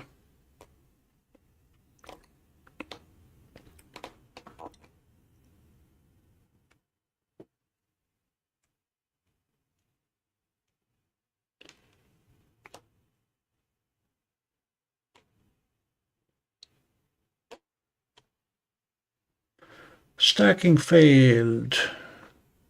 It is struggling, well, it would not be struggling in equatorial mode, but it is struggling with an overhead target.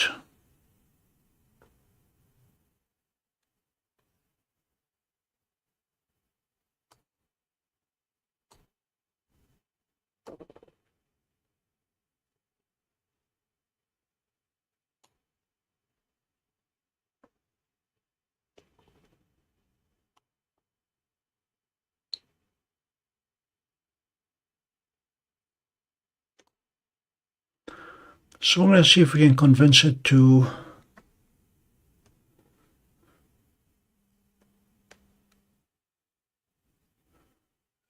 drop down to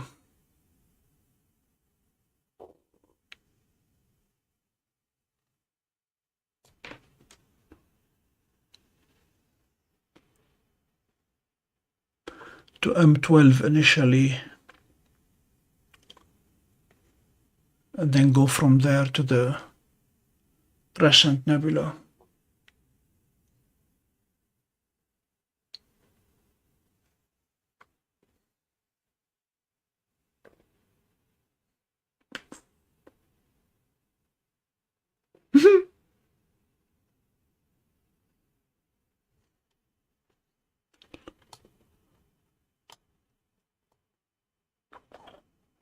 Oh, and the variable star, there it is.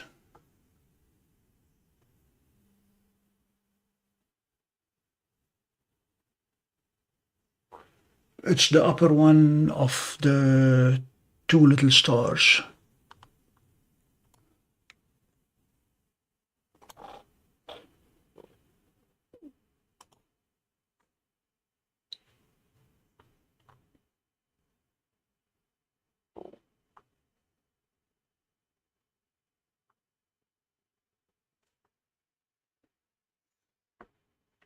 Bill, if you look at the stellarium, it's showing a pattern of 5 light stars, 2, 2, and 1. And here they are, the 2, 2, and 1. And right below it is our variable star, which puts it here. And below it is another very faint star. Okay. Yeah, this is extreme rotation at this point. We're done. 5 minutes is enough.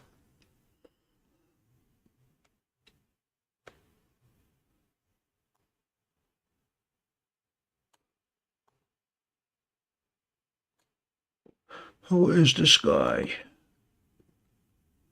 Turtle Nebula.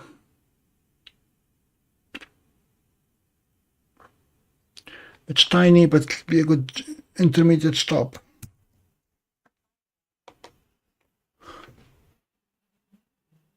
It's going around. Sorry.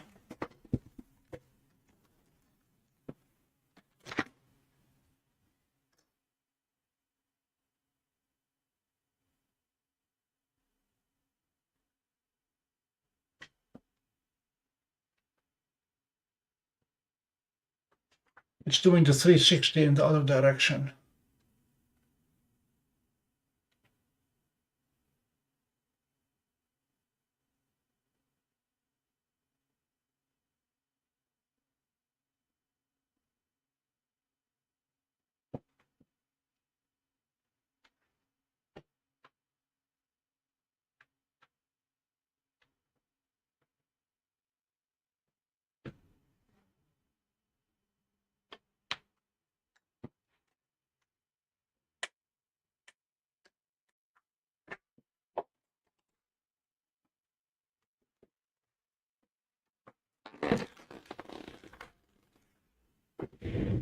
Next time I have to find a variable star that will stay at reasonable altitude. Okay, there we go.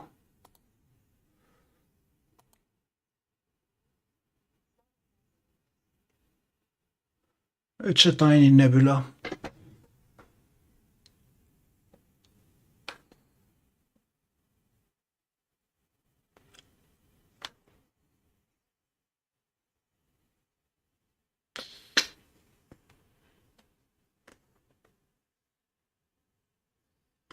Yeah, not much to show. It's a tiny one.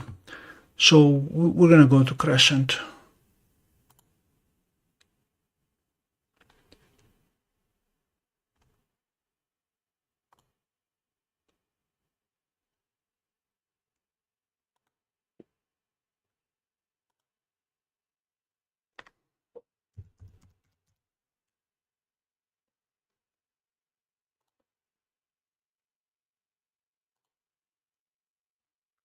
This one is for you, Jeannie.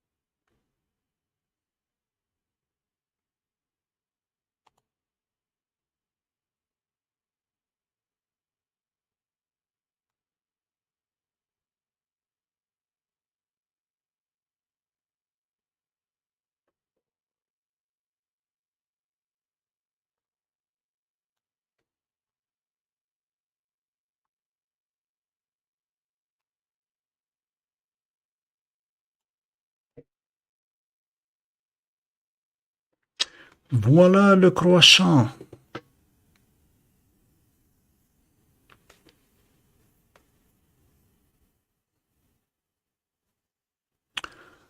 Don't know what the Skycam is doing, Zena.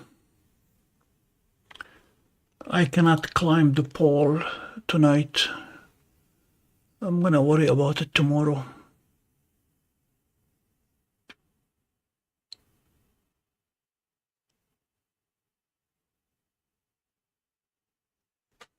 I turned it off and turned it back on.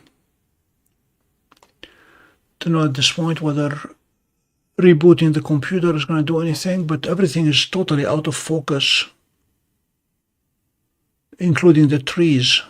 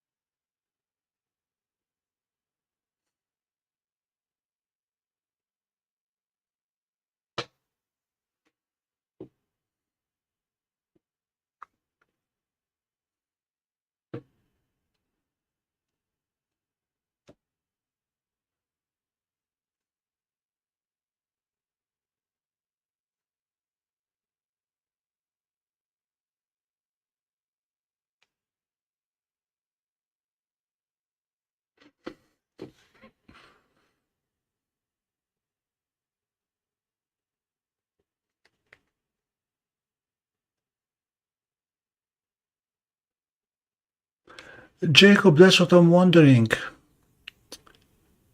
After a day in the sun, I don't know if it just accumulated the moisture directly on the sensor.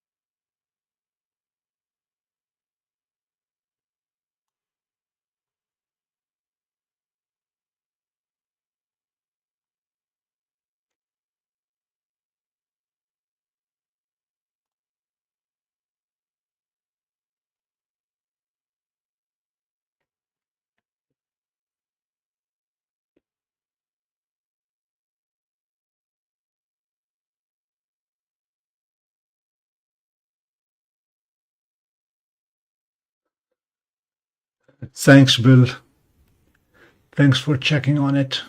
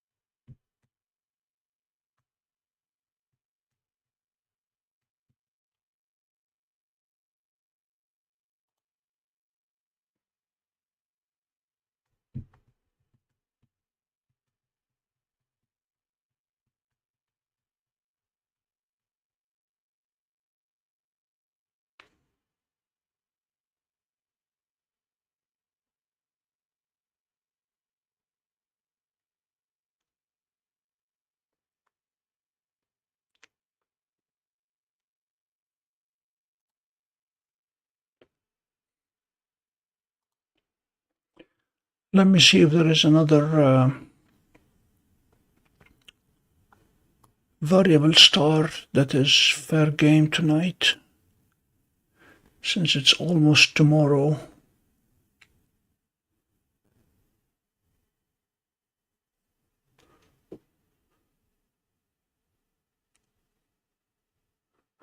And UTC is 4 hours ahead of us.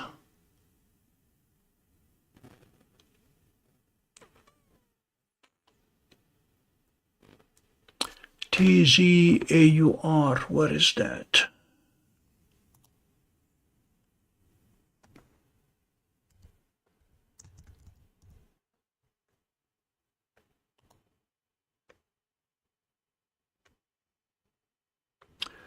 Nope.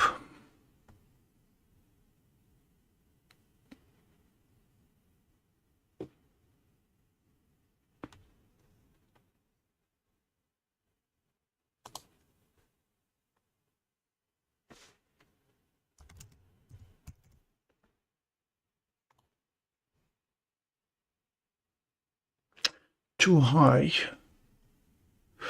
Everything in the bodies is too high.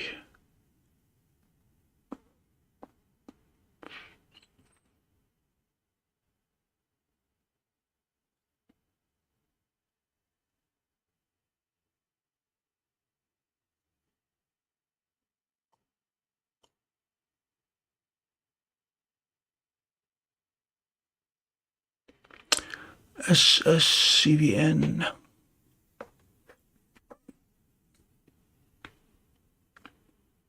I'm looking at variable stars with a period of less than 2 hours.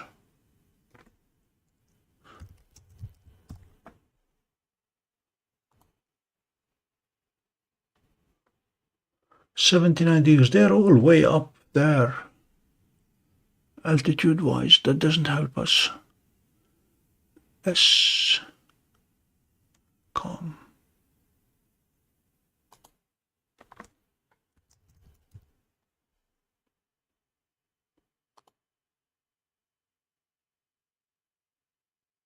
Nope, too high.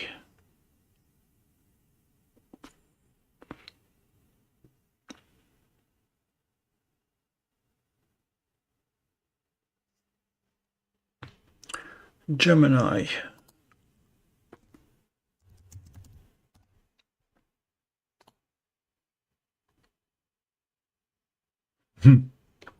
Too low, 7 degrees. Hercules.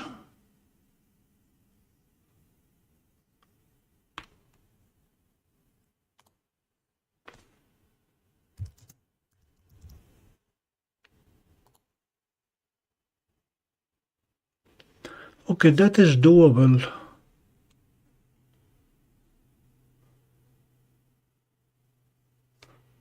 It's a 9.9 magnitude period of 2 hours. That's not too bad.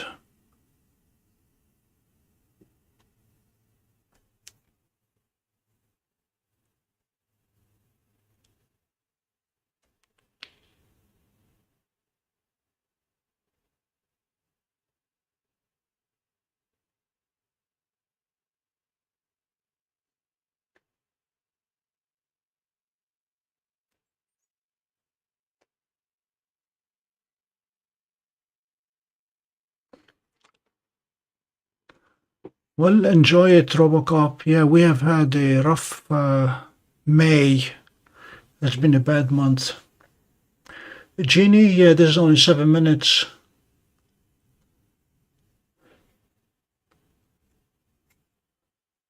And we have our next target. It's VX Hercules. I want to see if it is a uniquely identifiable star. Looks like it.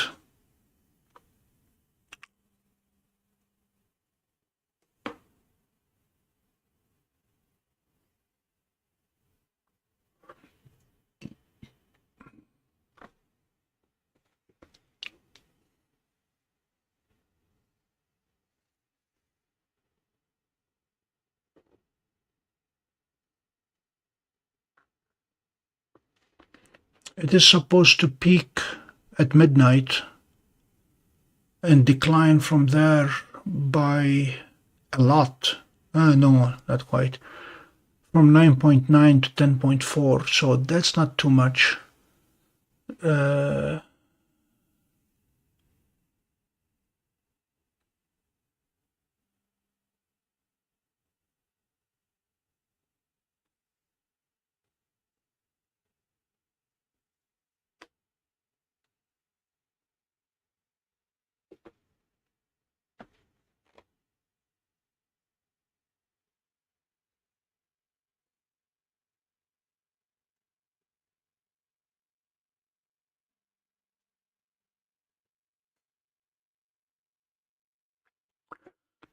Let's see, TW Hercules, maybe better.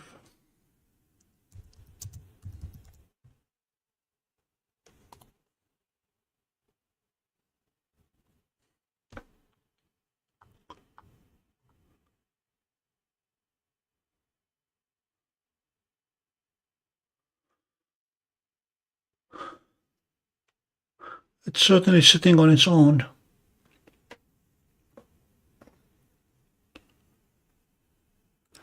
This one changes from 10.5 to 11.8, so it's a significant dimming.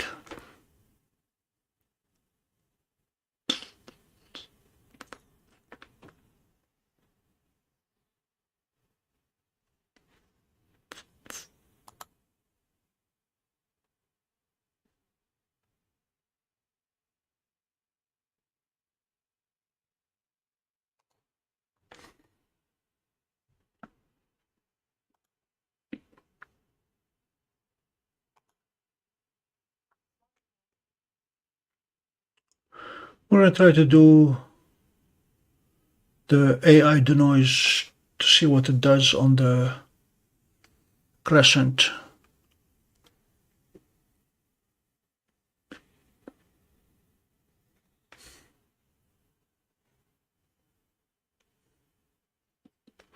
Bill, one of the 3 students who will be working with me this summer, is a computer scientist, a programming whiz,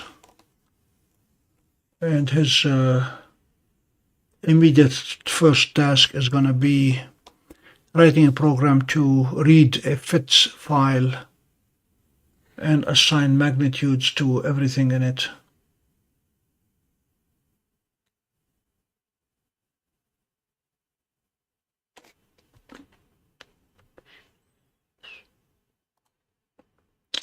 All right.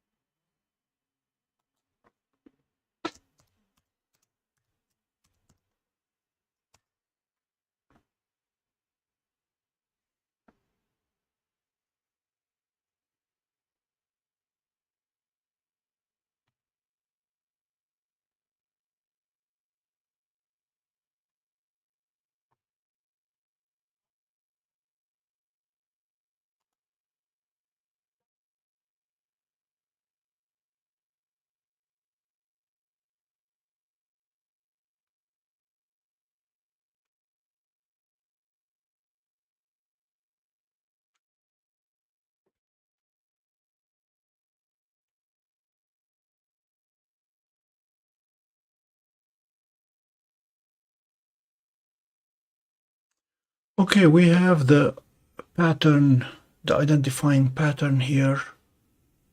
Those stars are right here. The bright one is right there.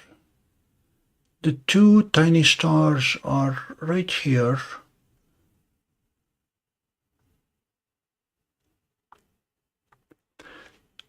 So that thing is going to be about the same distance as the 2 tiny stars. It is this one.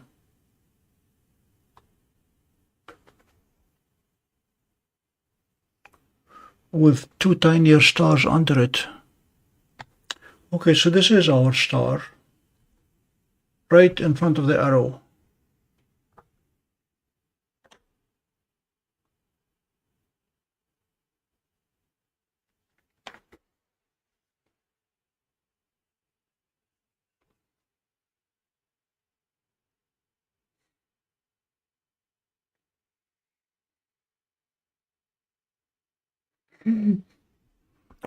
That's the plan, Bill, that they will write a paper at the end of their experience. Right now I have them from June, from the 1st of June till the middle of July, 6 weeks. So my trip to Oswego tomorrow is going to be critical in making sure at least the equipment works. Everything from the Meade 16 down to Mr. Meade with the Celestron Edge, with the Celestron Nexstar 8 in between, and Seestar for the fun of it.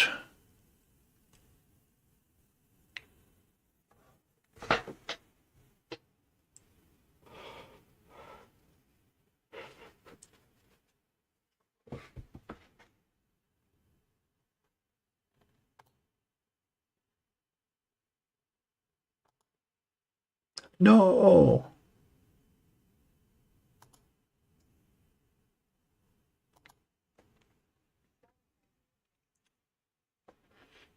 This is one of the annoying things with the Seestar.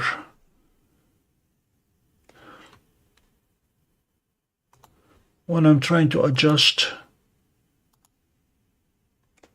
anything in the brightness,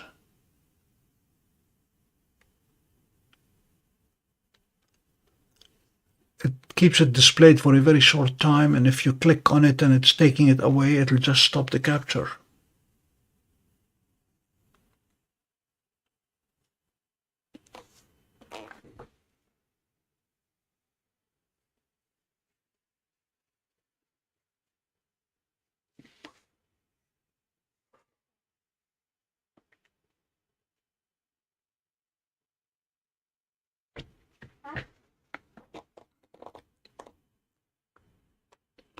We encountered a new error on the Meade 16. It is no longer wanting to find the GPS. So we had to isolate, via software at least, the GPS so it doesn't crash the system, and I may have to physically disconnect the GPS.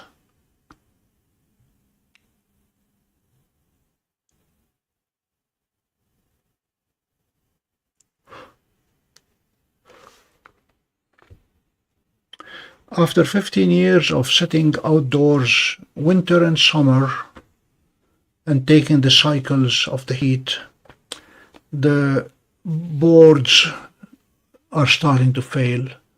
We already replaced the motor board, the declination motor board that failed. Now there are signs that the motherboard, the main board, is starting to misbehave.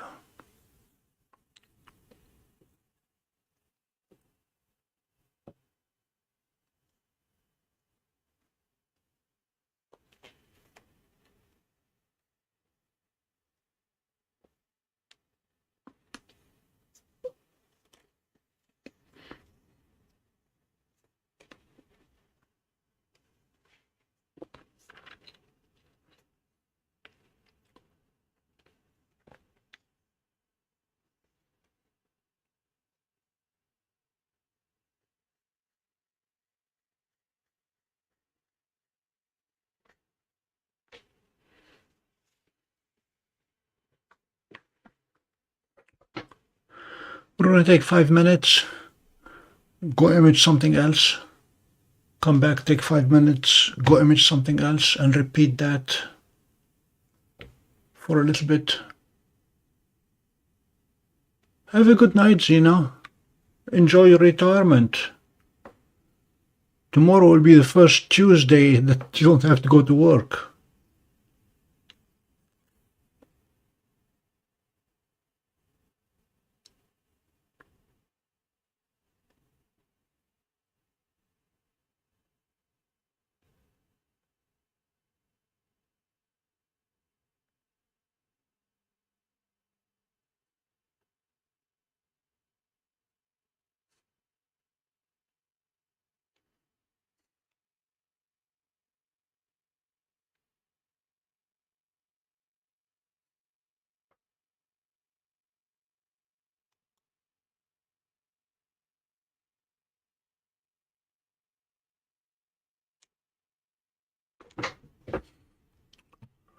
Okay, what is out there of immediate interest? We could take a look at C20, although we don't have the right tools to do it. The North American Nebula.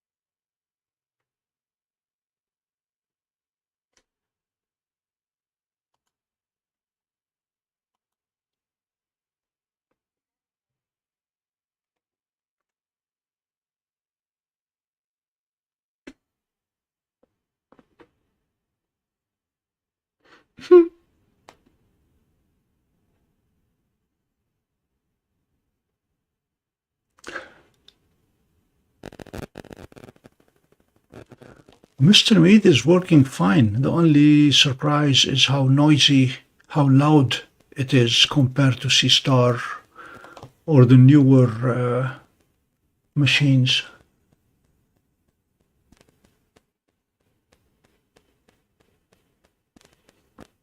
Gina, probably another hour. I'd like to get at least half a period of TW Hercules to see if we can document the light curve on it. So I'll probably be on till about 1 a.m. at this point. That's my target. Good night, Otto. Are you saying good night to Zena, or are you saying good night because you are leaving? Oh, I meant Zena. Okay. Good night, Zena.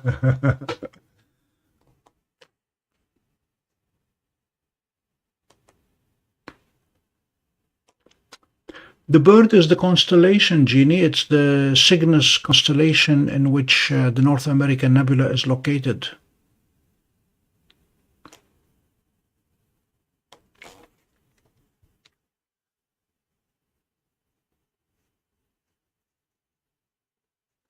Jeannie, when you're imaging nebula, please make sure you turn on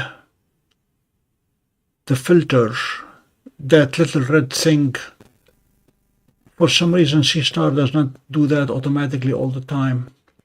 And one other thing that I like to do when I'm imaging deep sky objects, nebula in particular, is to adjust the contrast to about 20.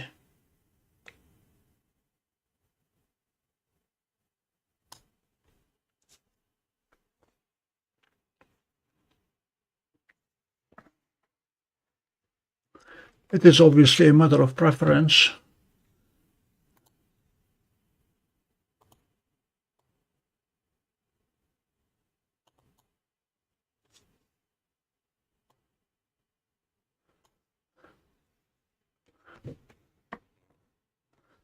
A contrast of 20 sharpens things a little bit.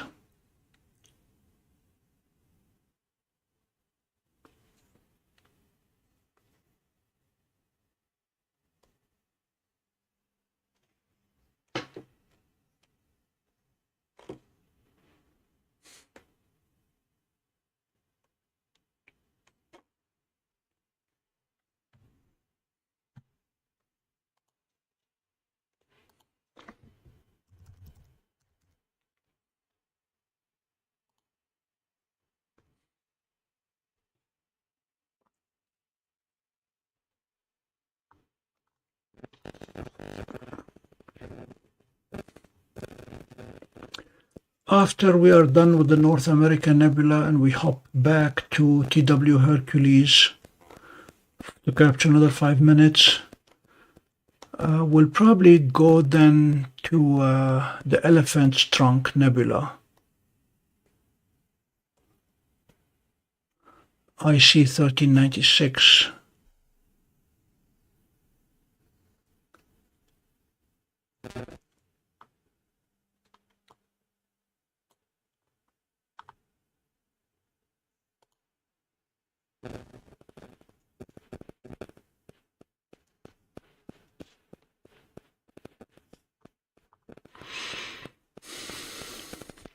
Another nebula that is worth looking at tonight is the Iris Nebula C4.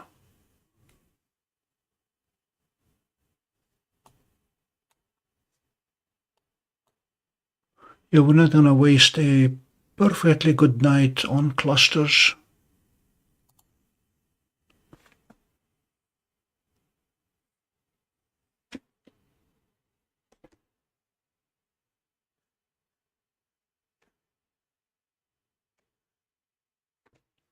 Okay, Belladonna,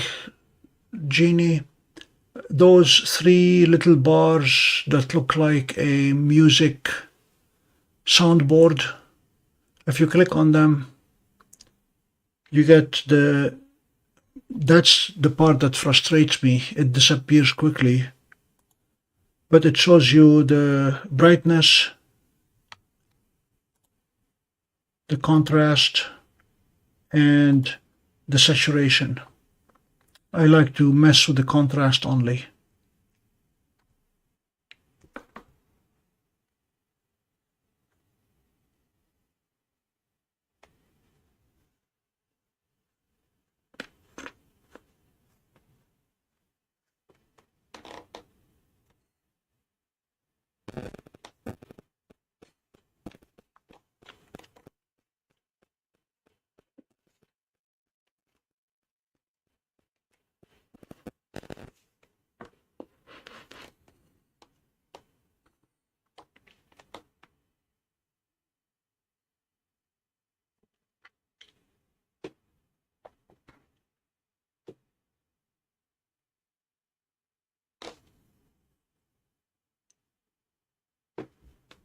You're welcome, Bill.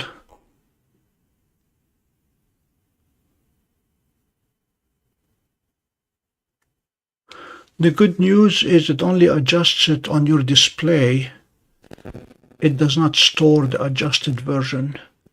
It will store the raw version, and then you can post-process that one.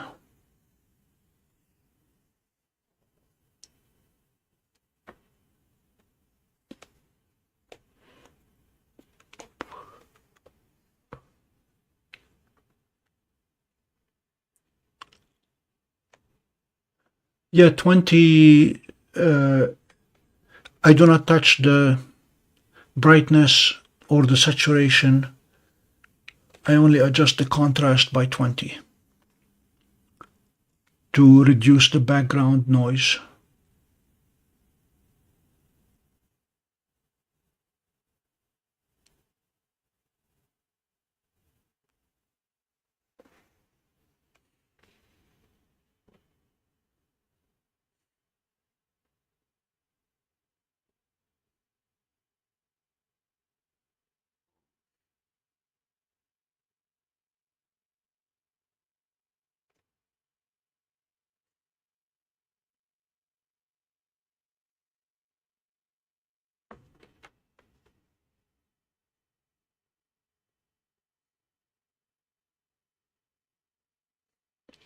Auto, the only filter I use over the main lens is the solar filter.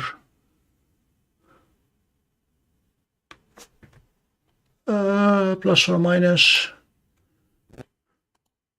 plus 20.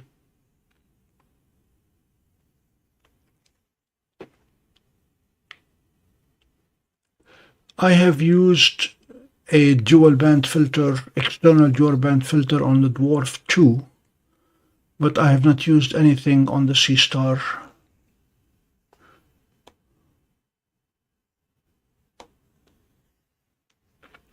Actually, the built-in filter with DWARF 3 has narrower bands than the Seestar. It gives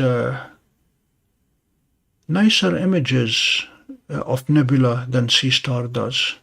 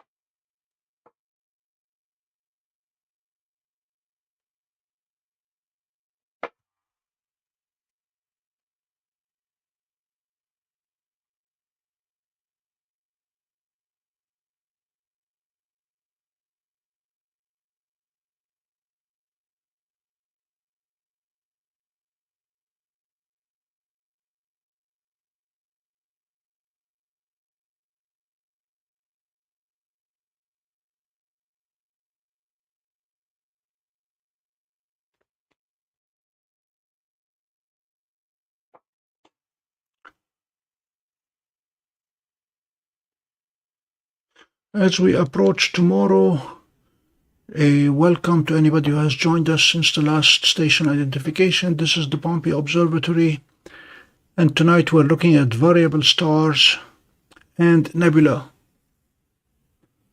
in an unusually clear night.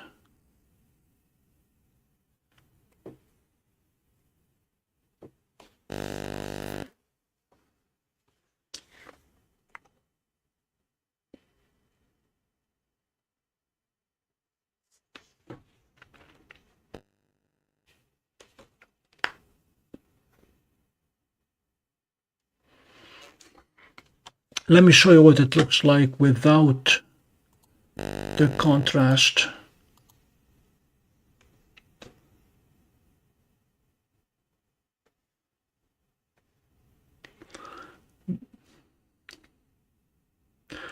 What you might call walking noise, or just the idiosyncrasies of the exposure, will all get cleaned up with that plus 20.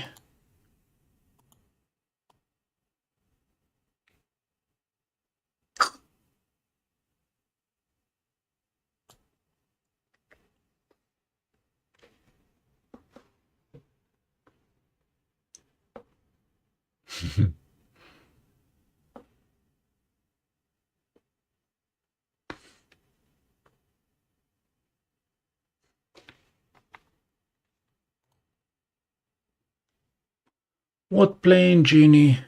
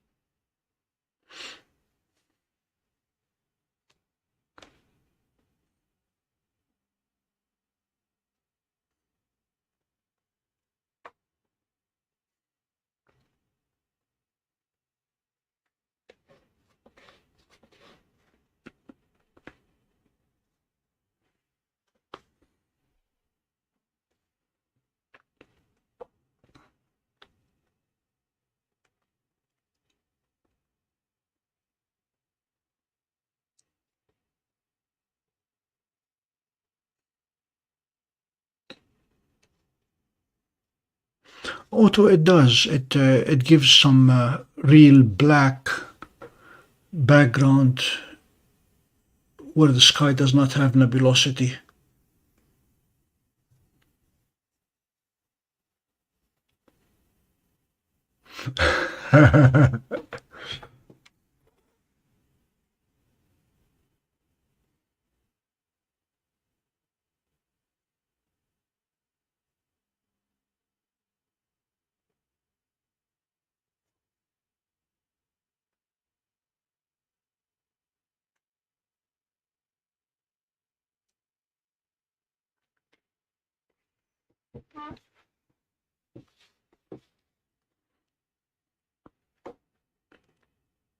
So we're going to hop over back to TW Hercules, grab another 5 minutes, and then hop onto the Iris nebula. Okay, I promised to do the denoise.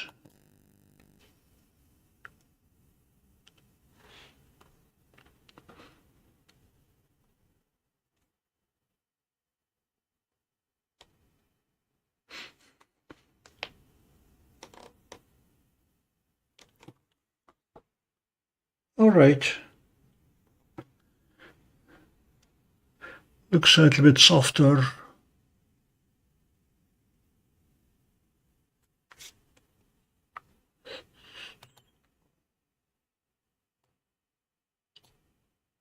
Interesting, if you press and hold compare, it shows you the before and the after.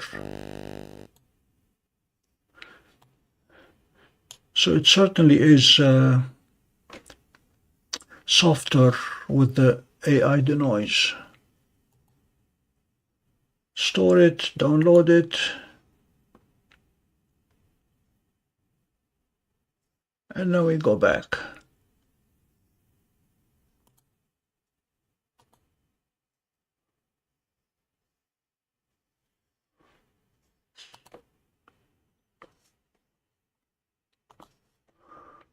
All right, it is almost tomorrow, so we're going to hop back to our variable star.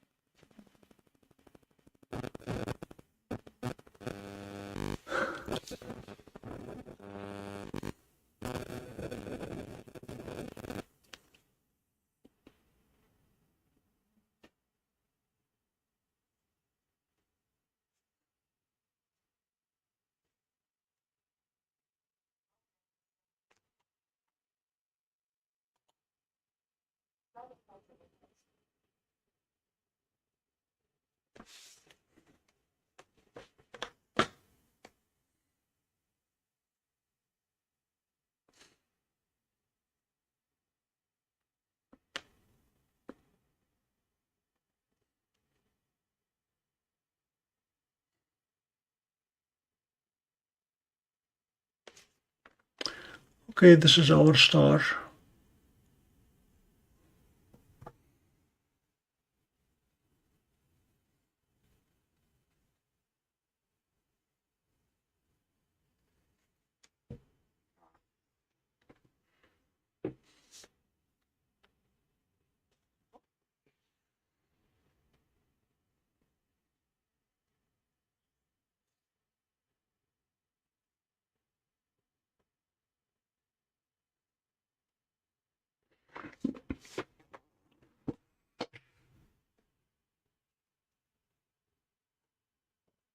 Thanks, Bill.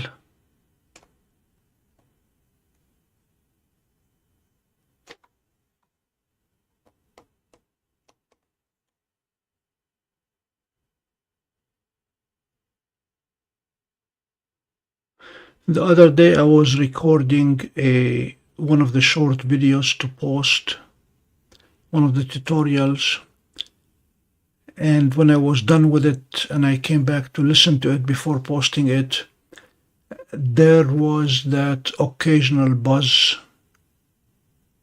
So it is somewhere between the microphone and the OBS studio.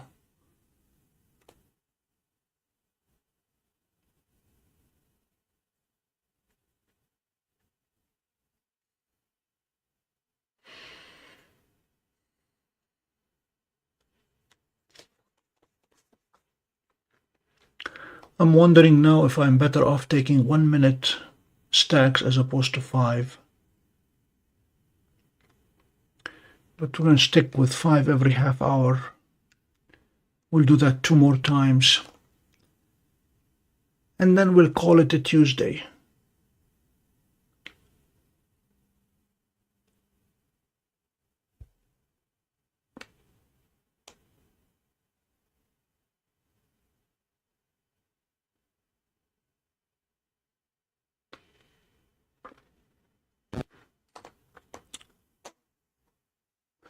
Don't know what it might be.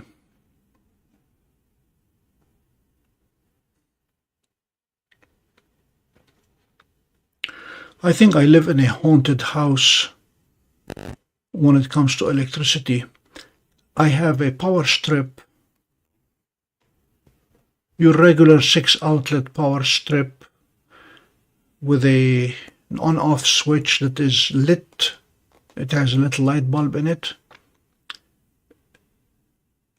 When I turn on the bathroom light on or off, that light on the power strip will do the exact reverse of whatever the bathroom light is doing.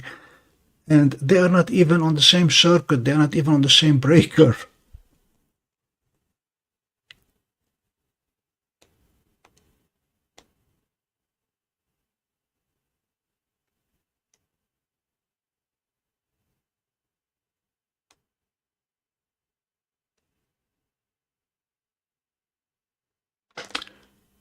I do not download Genie, I just leave everything on the Seestar and then move them separately.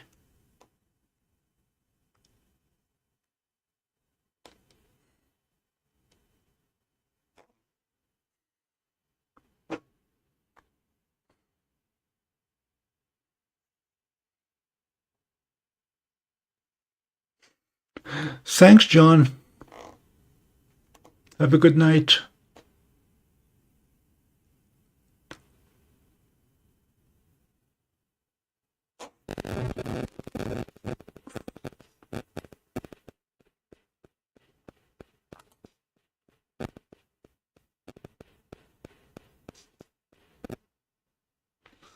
Let me see if resetting the mic.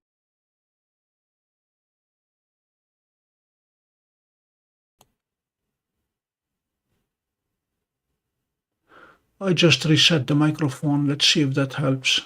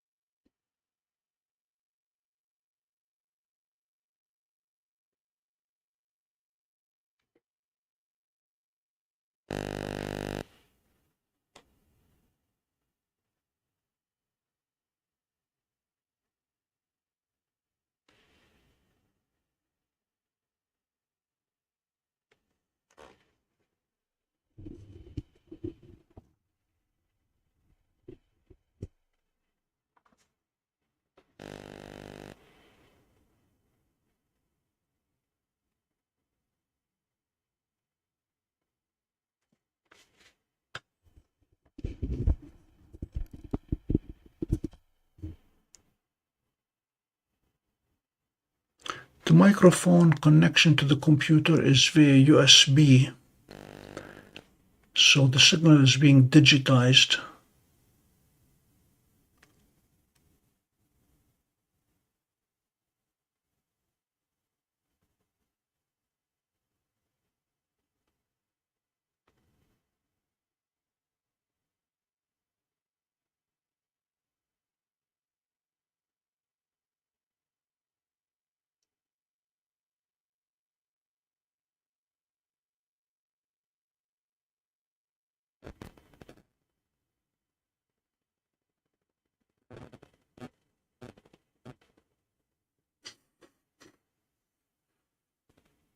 I'm looking at the signal strength meter of the audio mixer, and if I'm totally quiet, Yeah, I do see it shooting on its own. 5 minutes, time to stop the capture.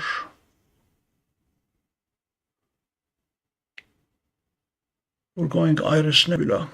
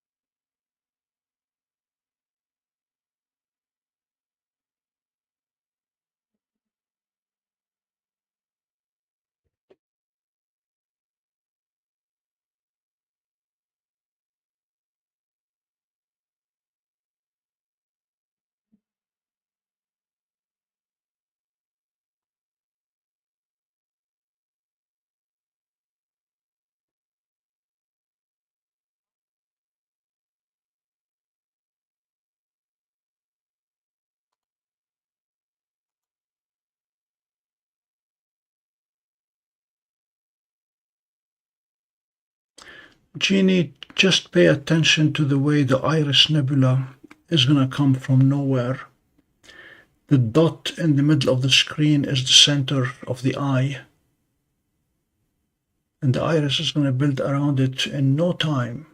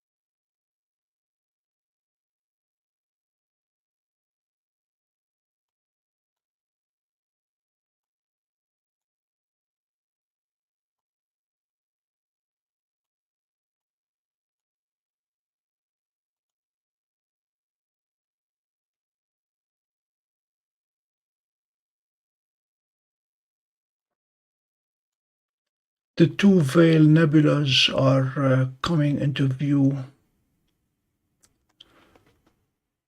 So at around 12:30 we will hop back onto TW Hercules, and then we'll do the East Veil Nebula C33,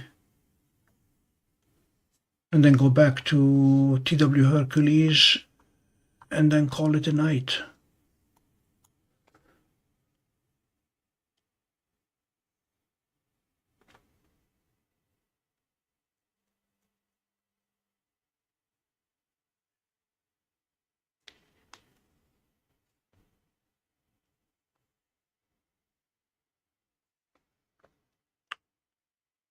Dean, Seestar is an amazing telescope.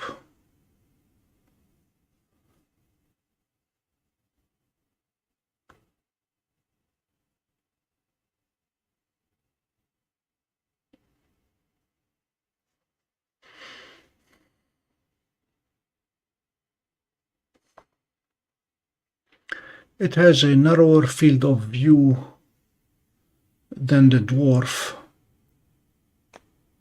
So if you're looking for wider angle images like the Veil Nebula or the North American Nebula or the California Nebula, you will be better off with the dwarf. And if you're looking to capture the Milky Way, by all means, dwarf 3 is your better bet. Where is the Milky Way now anyway?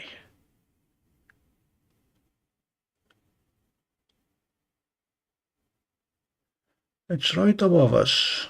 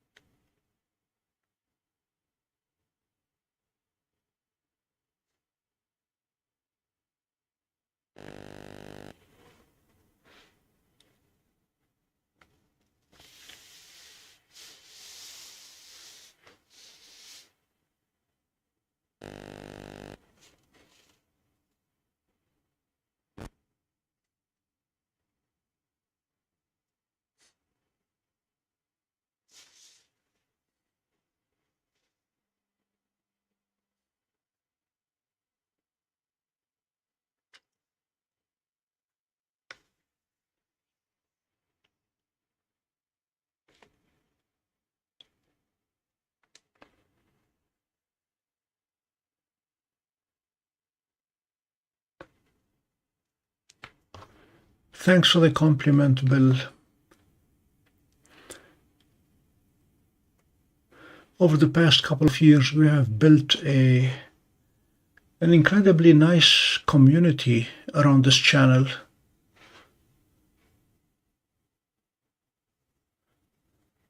Very knowledgeable, very helpful.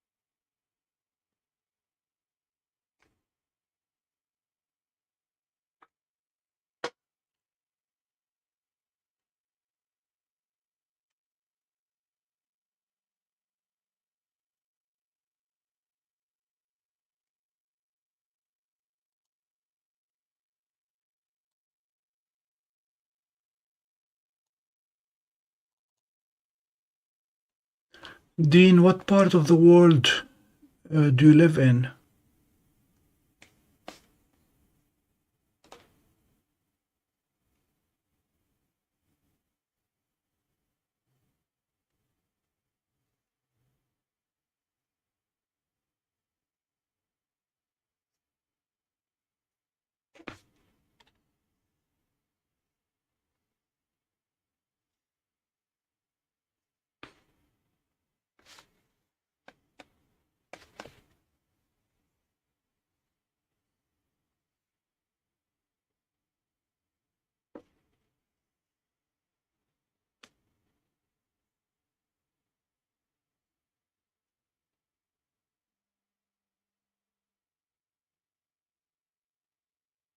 Michigan, okay.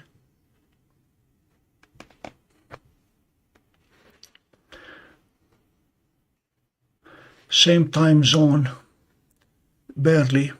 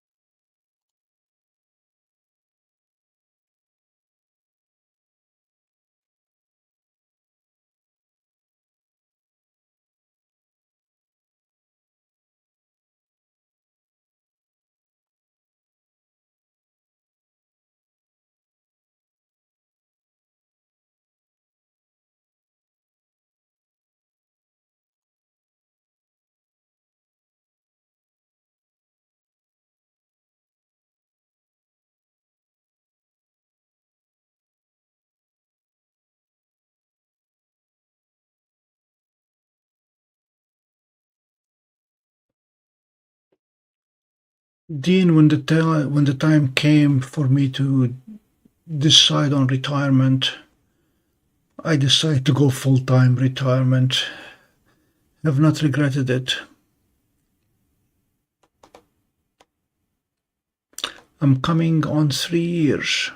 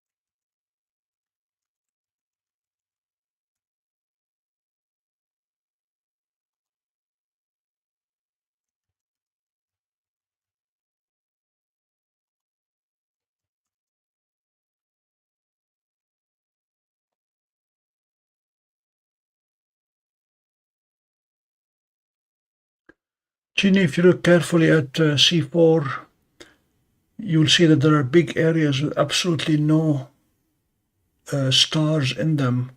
That's because of all the dust that resulted from a star going nova or supernova, exploding and filling the sky with dust to the point where you cannot see any stars behind it.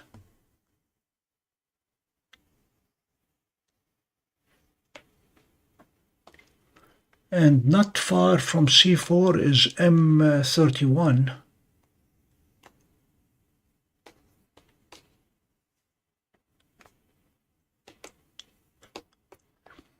A favorite of many, the Andromeda galaxy.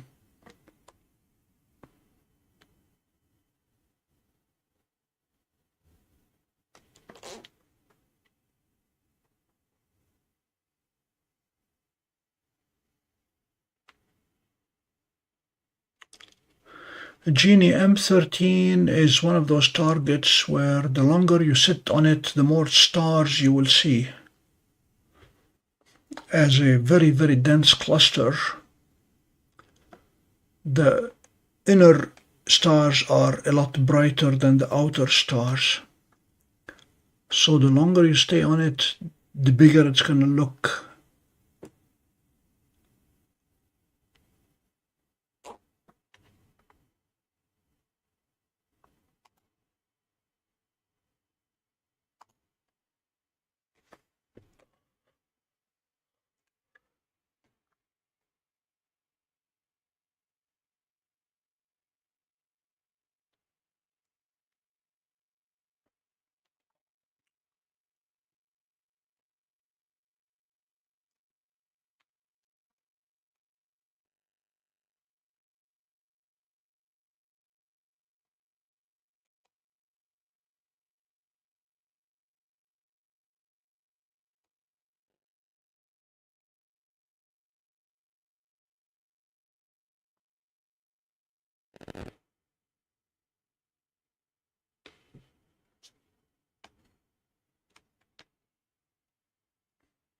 You're welcome.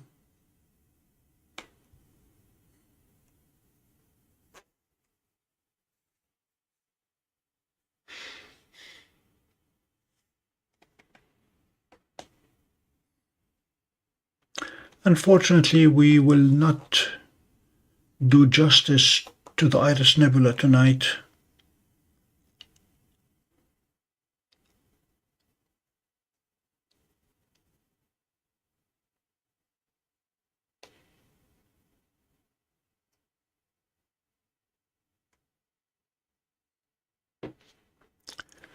We're going to take leave from Iris and go back to TW Hercules for another 5 minutes.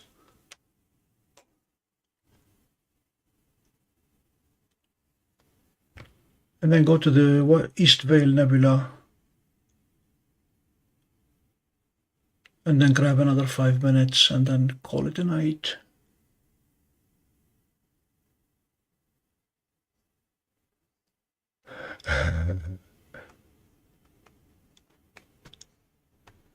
Dean, you can use your iPad and you can use your phone. I hesitate to say that you can use your laptop at this point because it's a reasonably complicated process that the Seestar folks do not support. It was developed by individuals on their own. My recommendation to you is to buy an Android tablet. You can get a Lenovo 8-inch for $70 or $80 new, and that's what I do. Dedicated, I only use it to control the Seestar or the DWARF.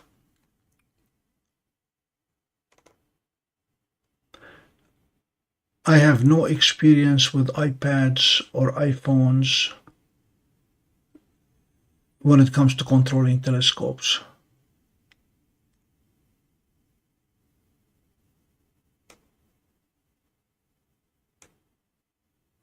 It does not ring a bell.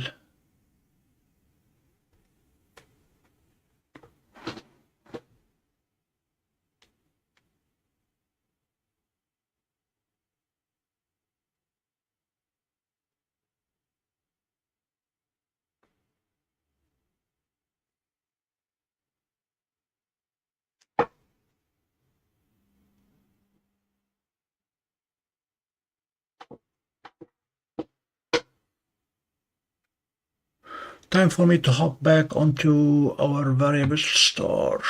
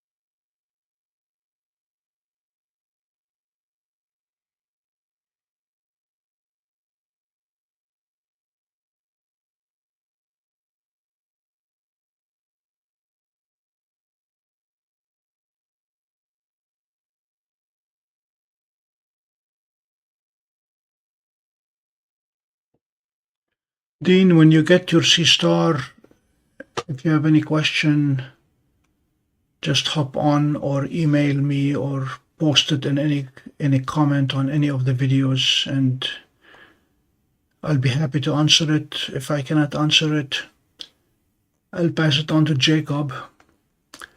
Jacob has been directly involved with Kai, Dr. Kai, who has developed quite a bit of software for the Seestar. The Seestar ALP or alpaca interface has been tremendously useful. That's what allows me to control the Seestar telescope from Stellarium.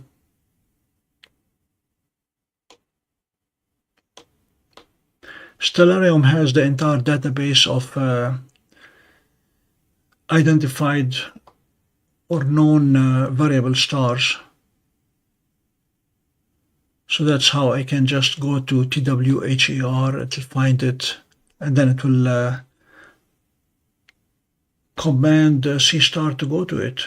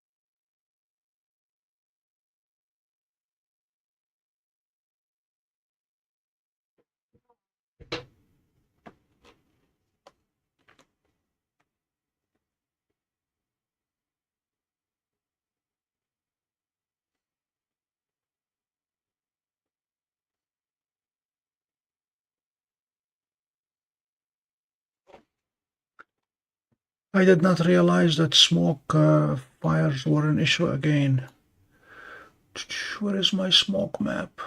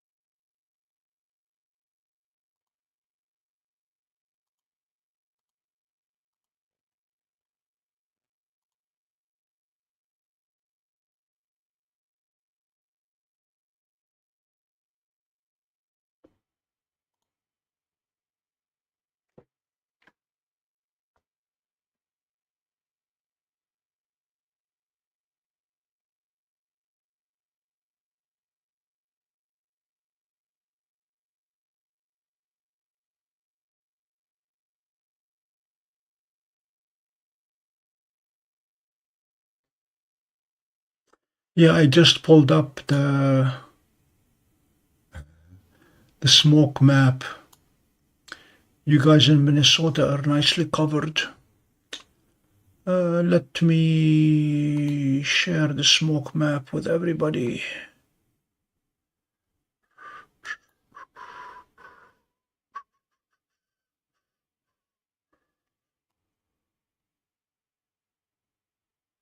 Isn't that beautiful? You guys in Minnesota are nicely covered.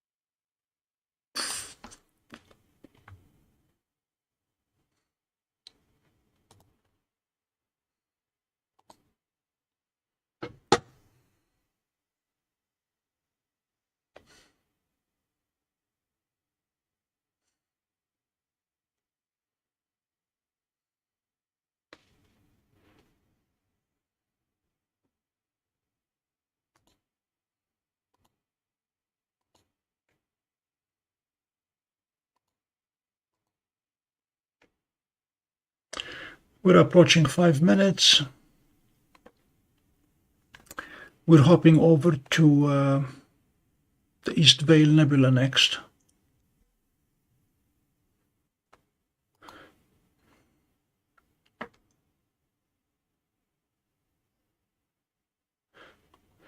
This way, if Dean is not convinced yet, that'll convince him.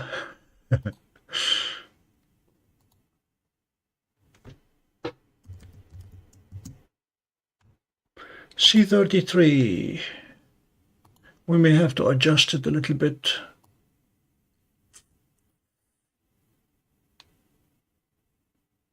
Not okay, that should do.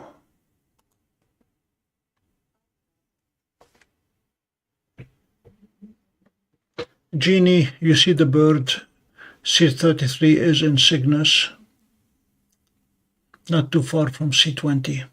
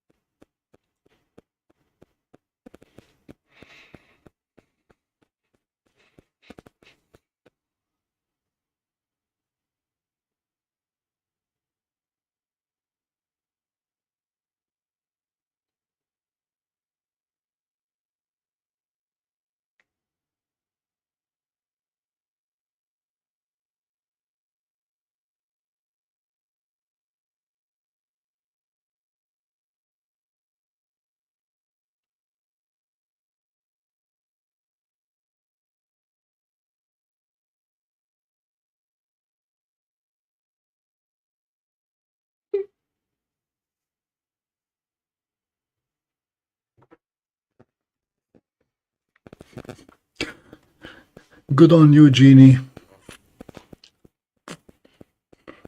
Now look at the beautiful colors in the East Vale Nebula.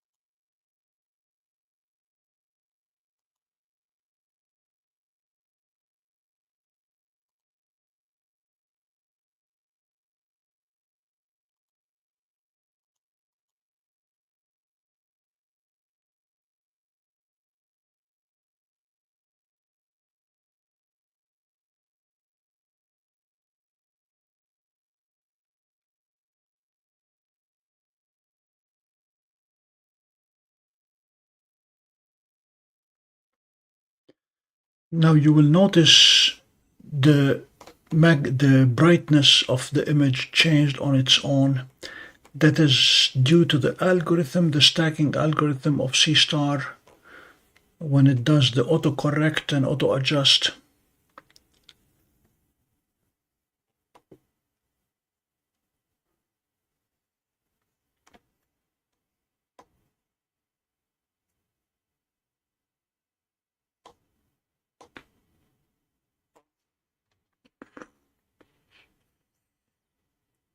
Thank you, Bill. I've been keeping an eye on the microphone, the audio mixer, and it has not spiked. You are correct on that.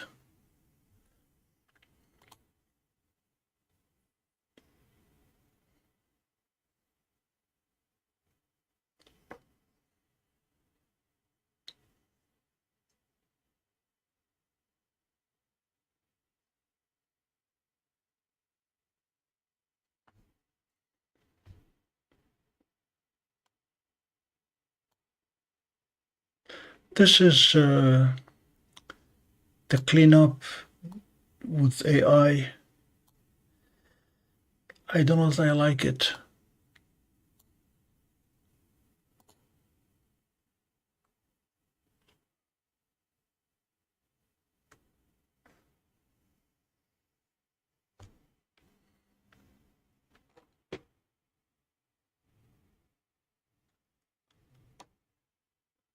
The AI processed image looked a little bit sterile.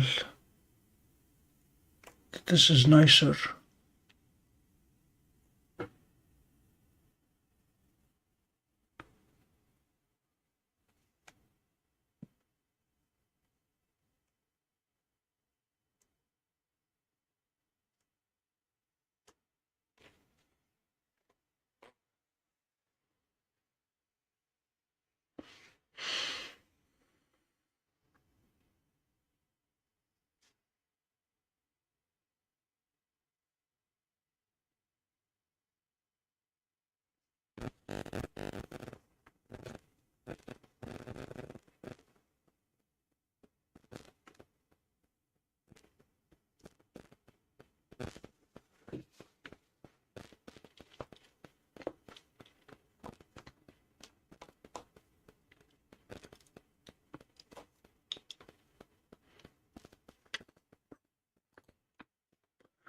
So this is the East Vale Nebula.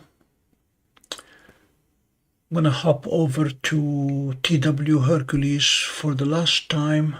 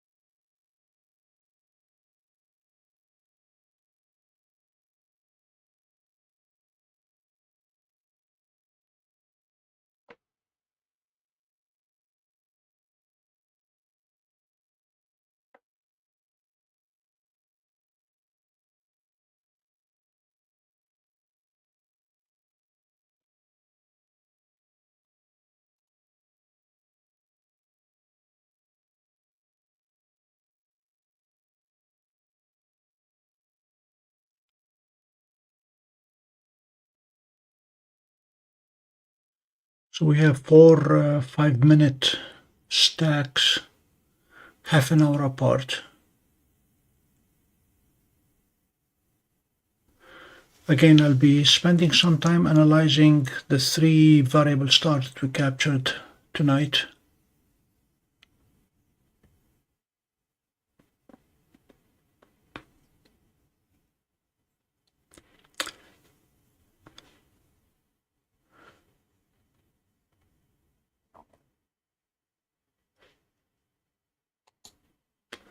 Okay, this concludes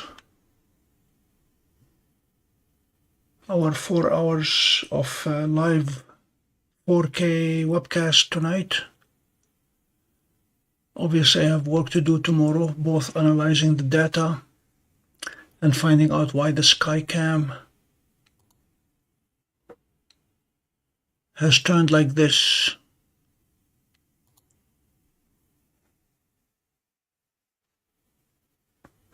Thank you guys, thank you all for joining us. Now we will play Genie's music and wish everybody a good night. I want to grab a couple of hours of sleep before heading to Oswego.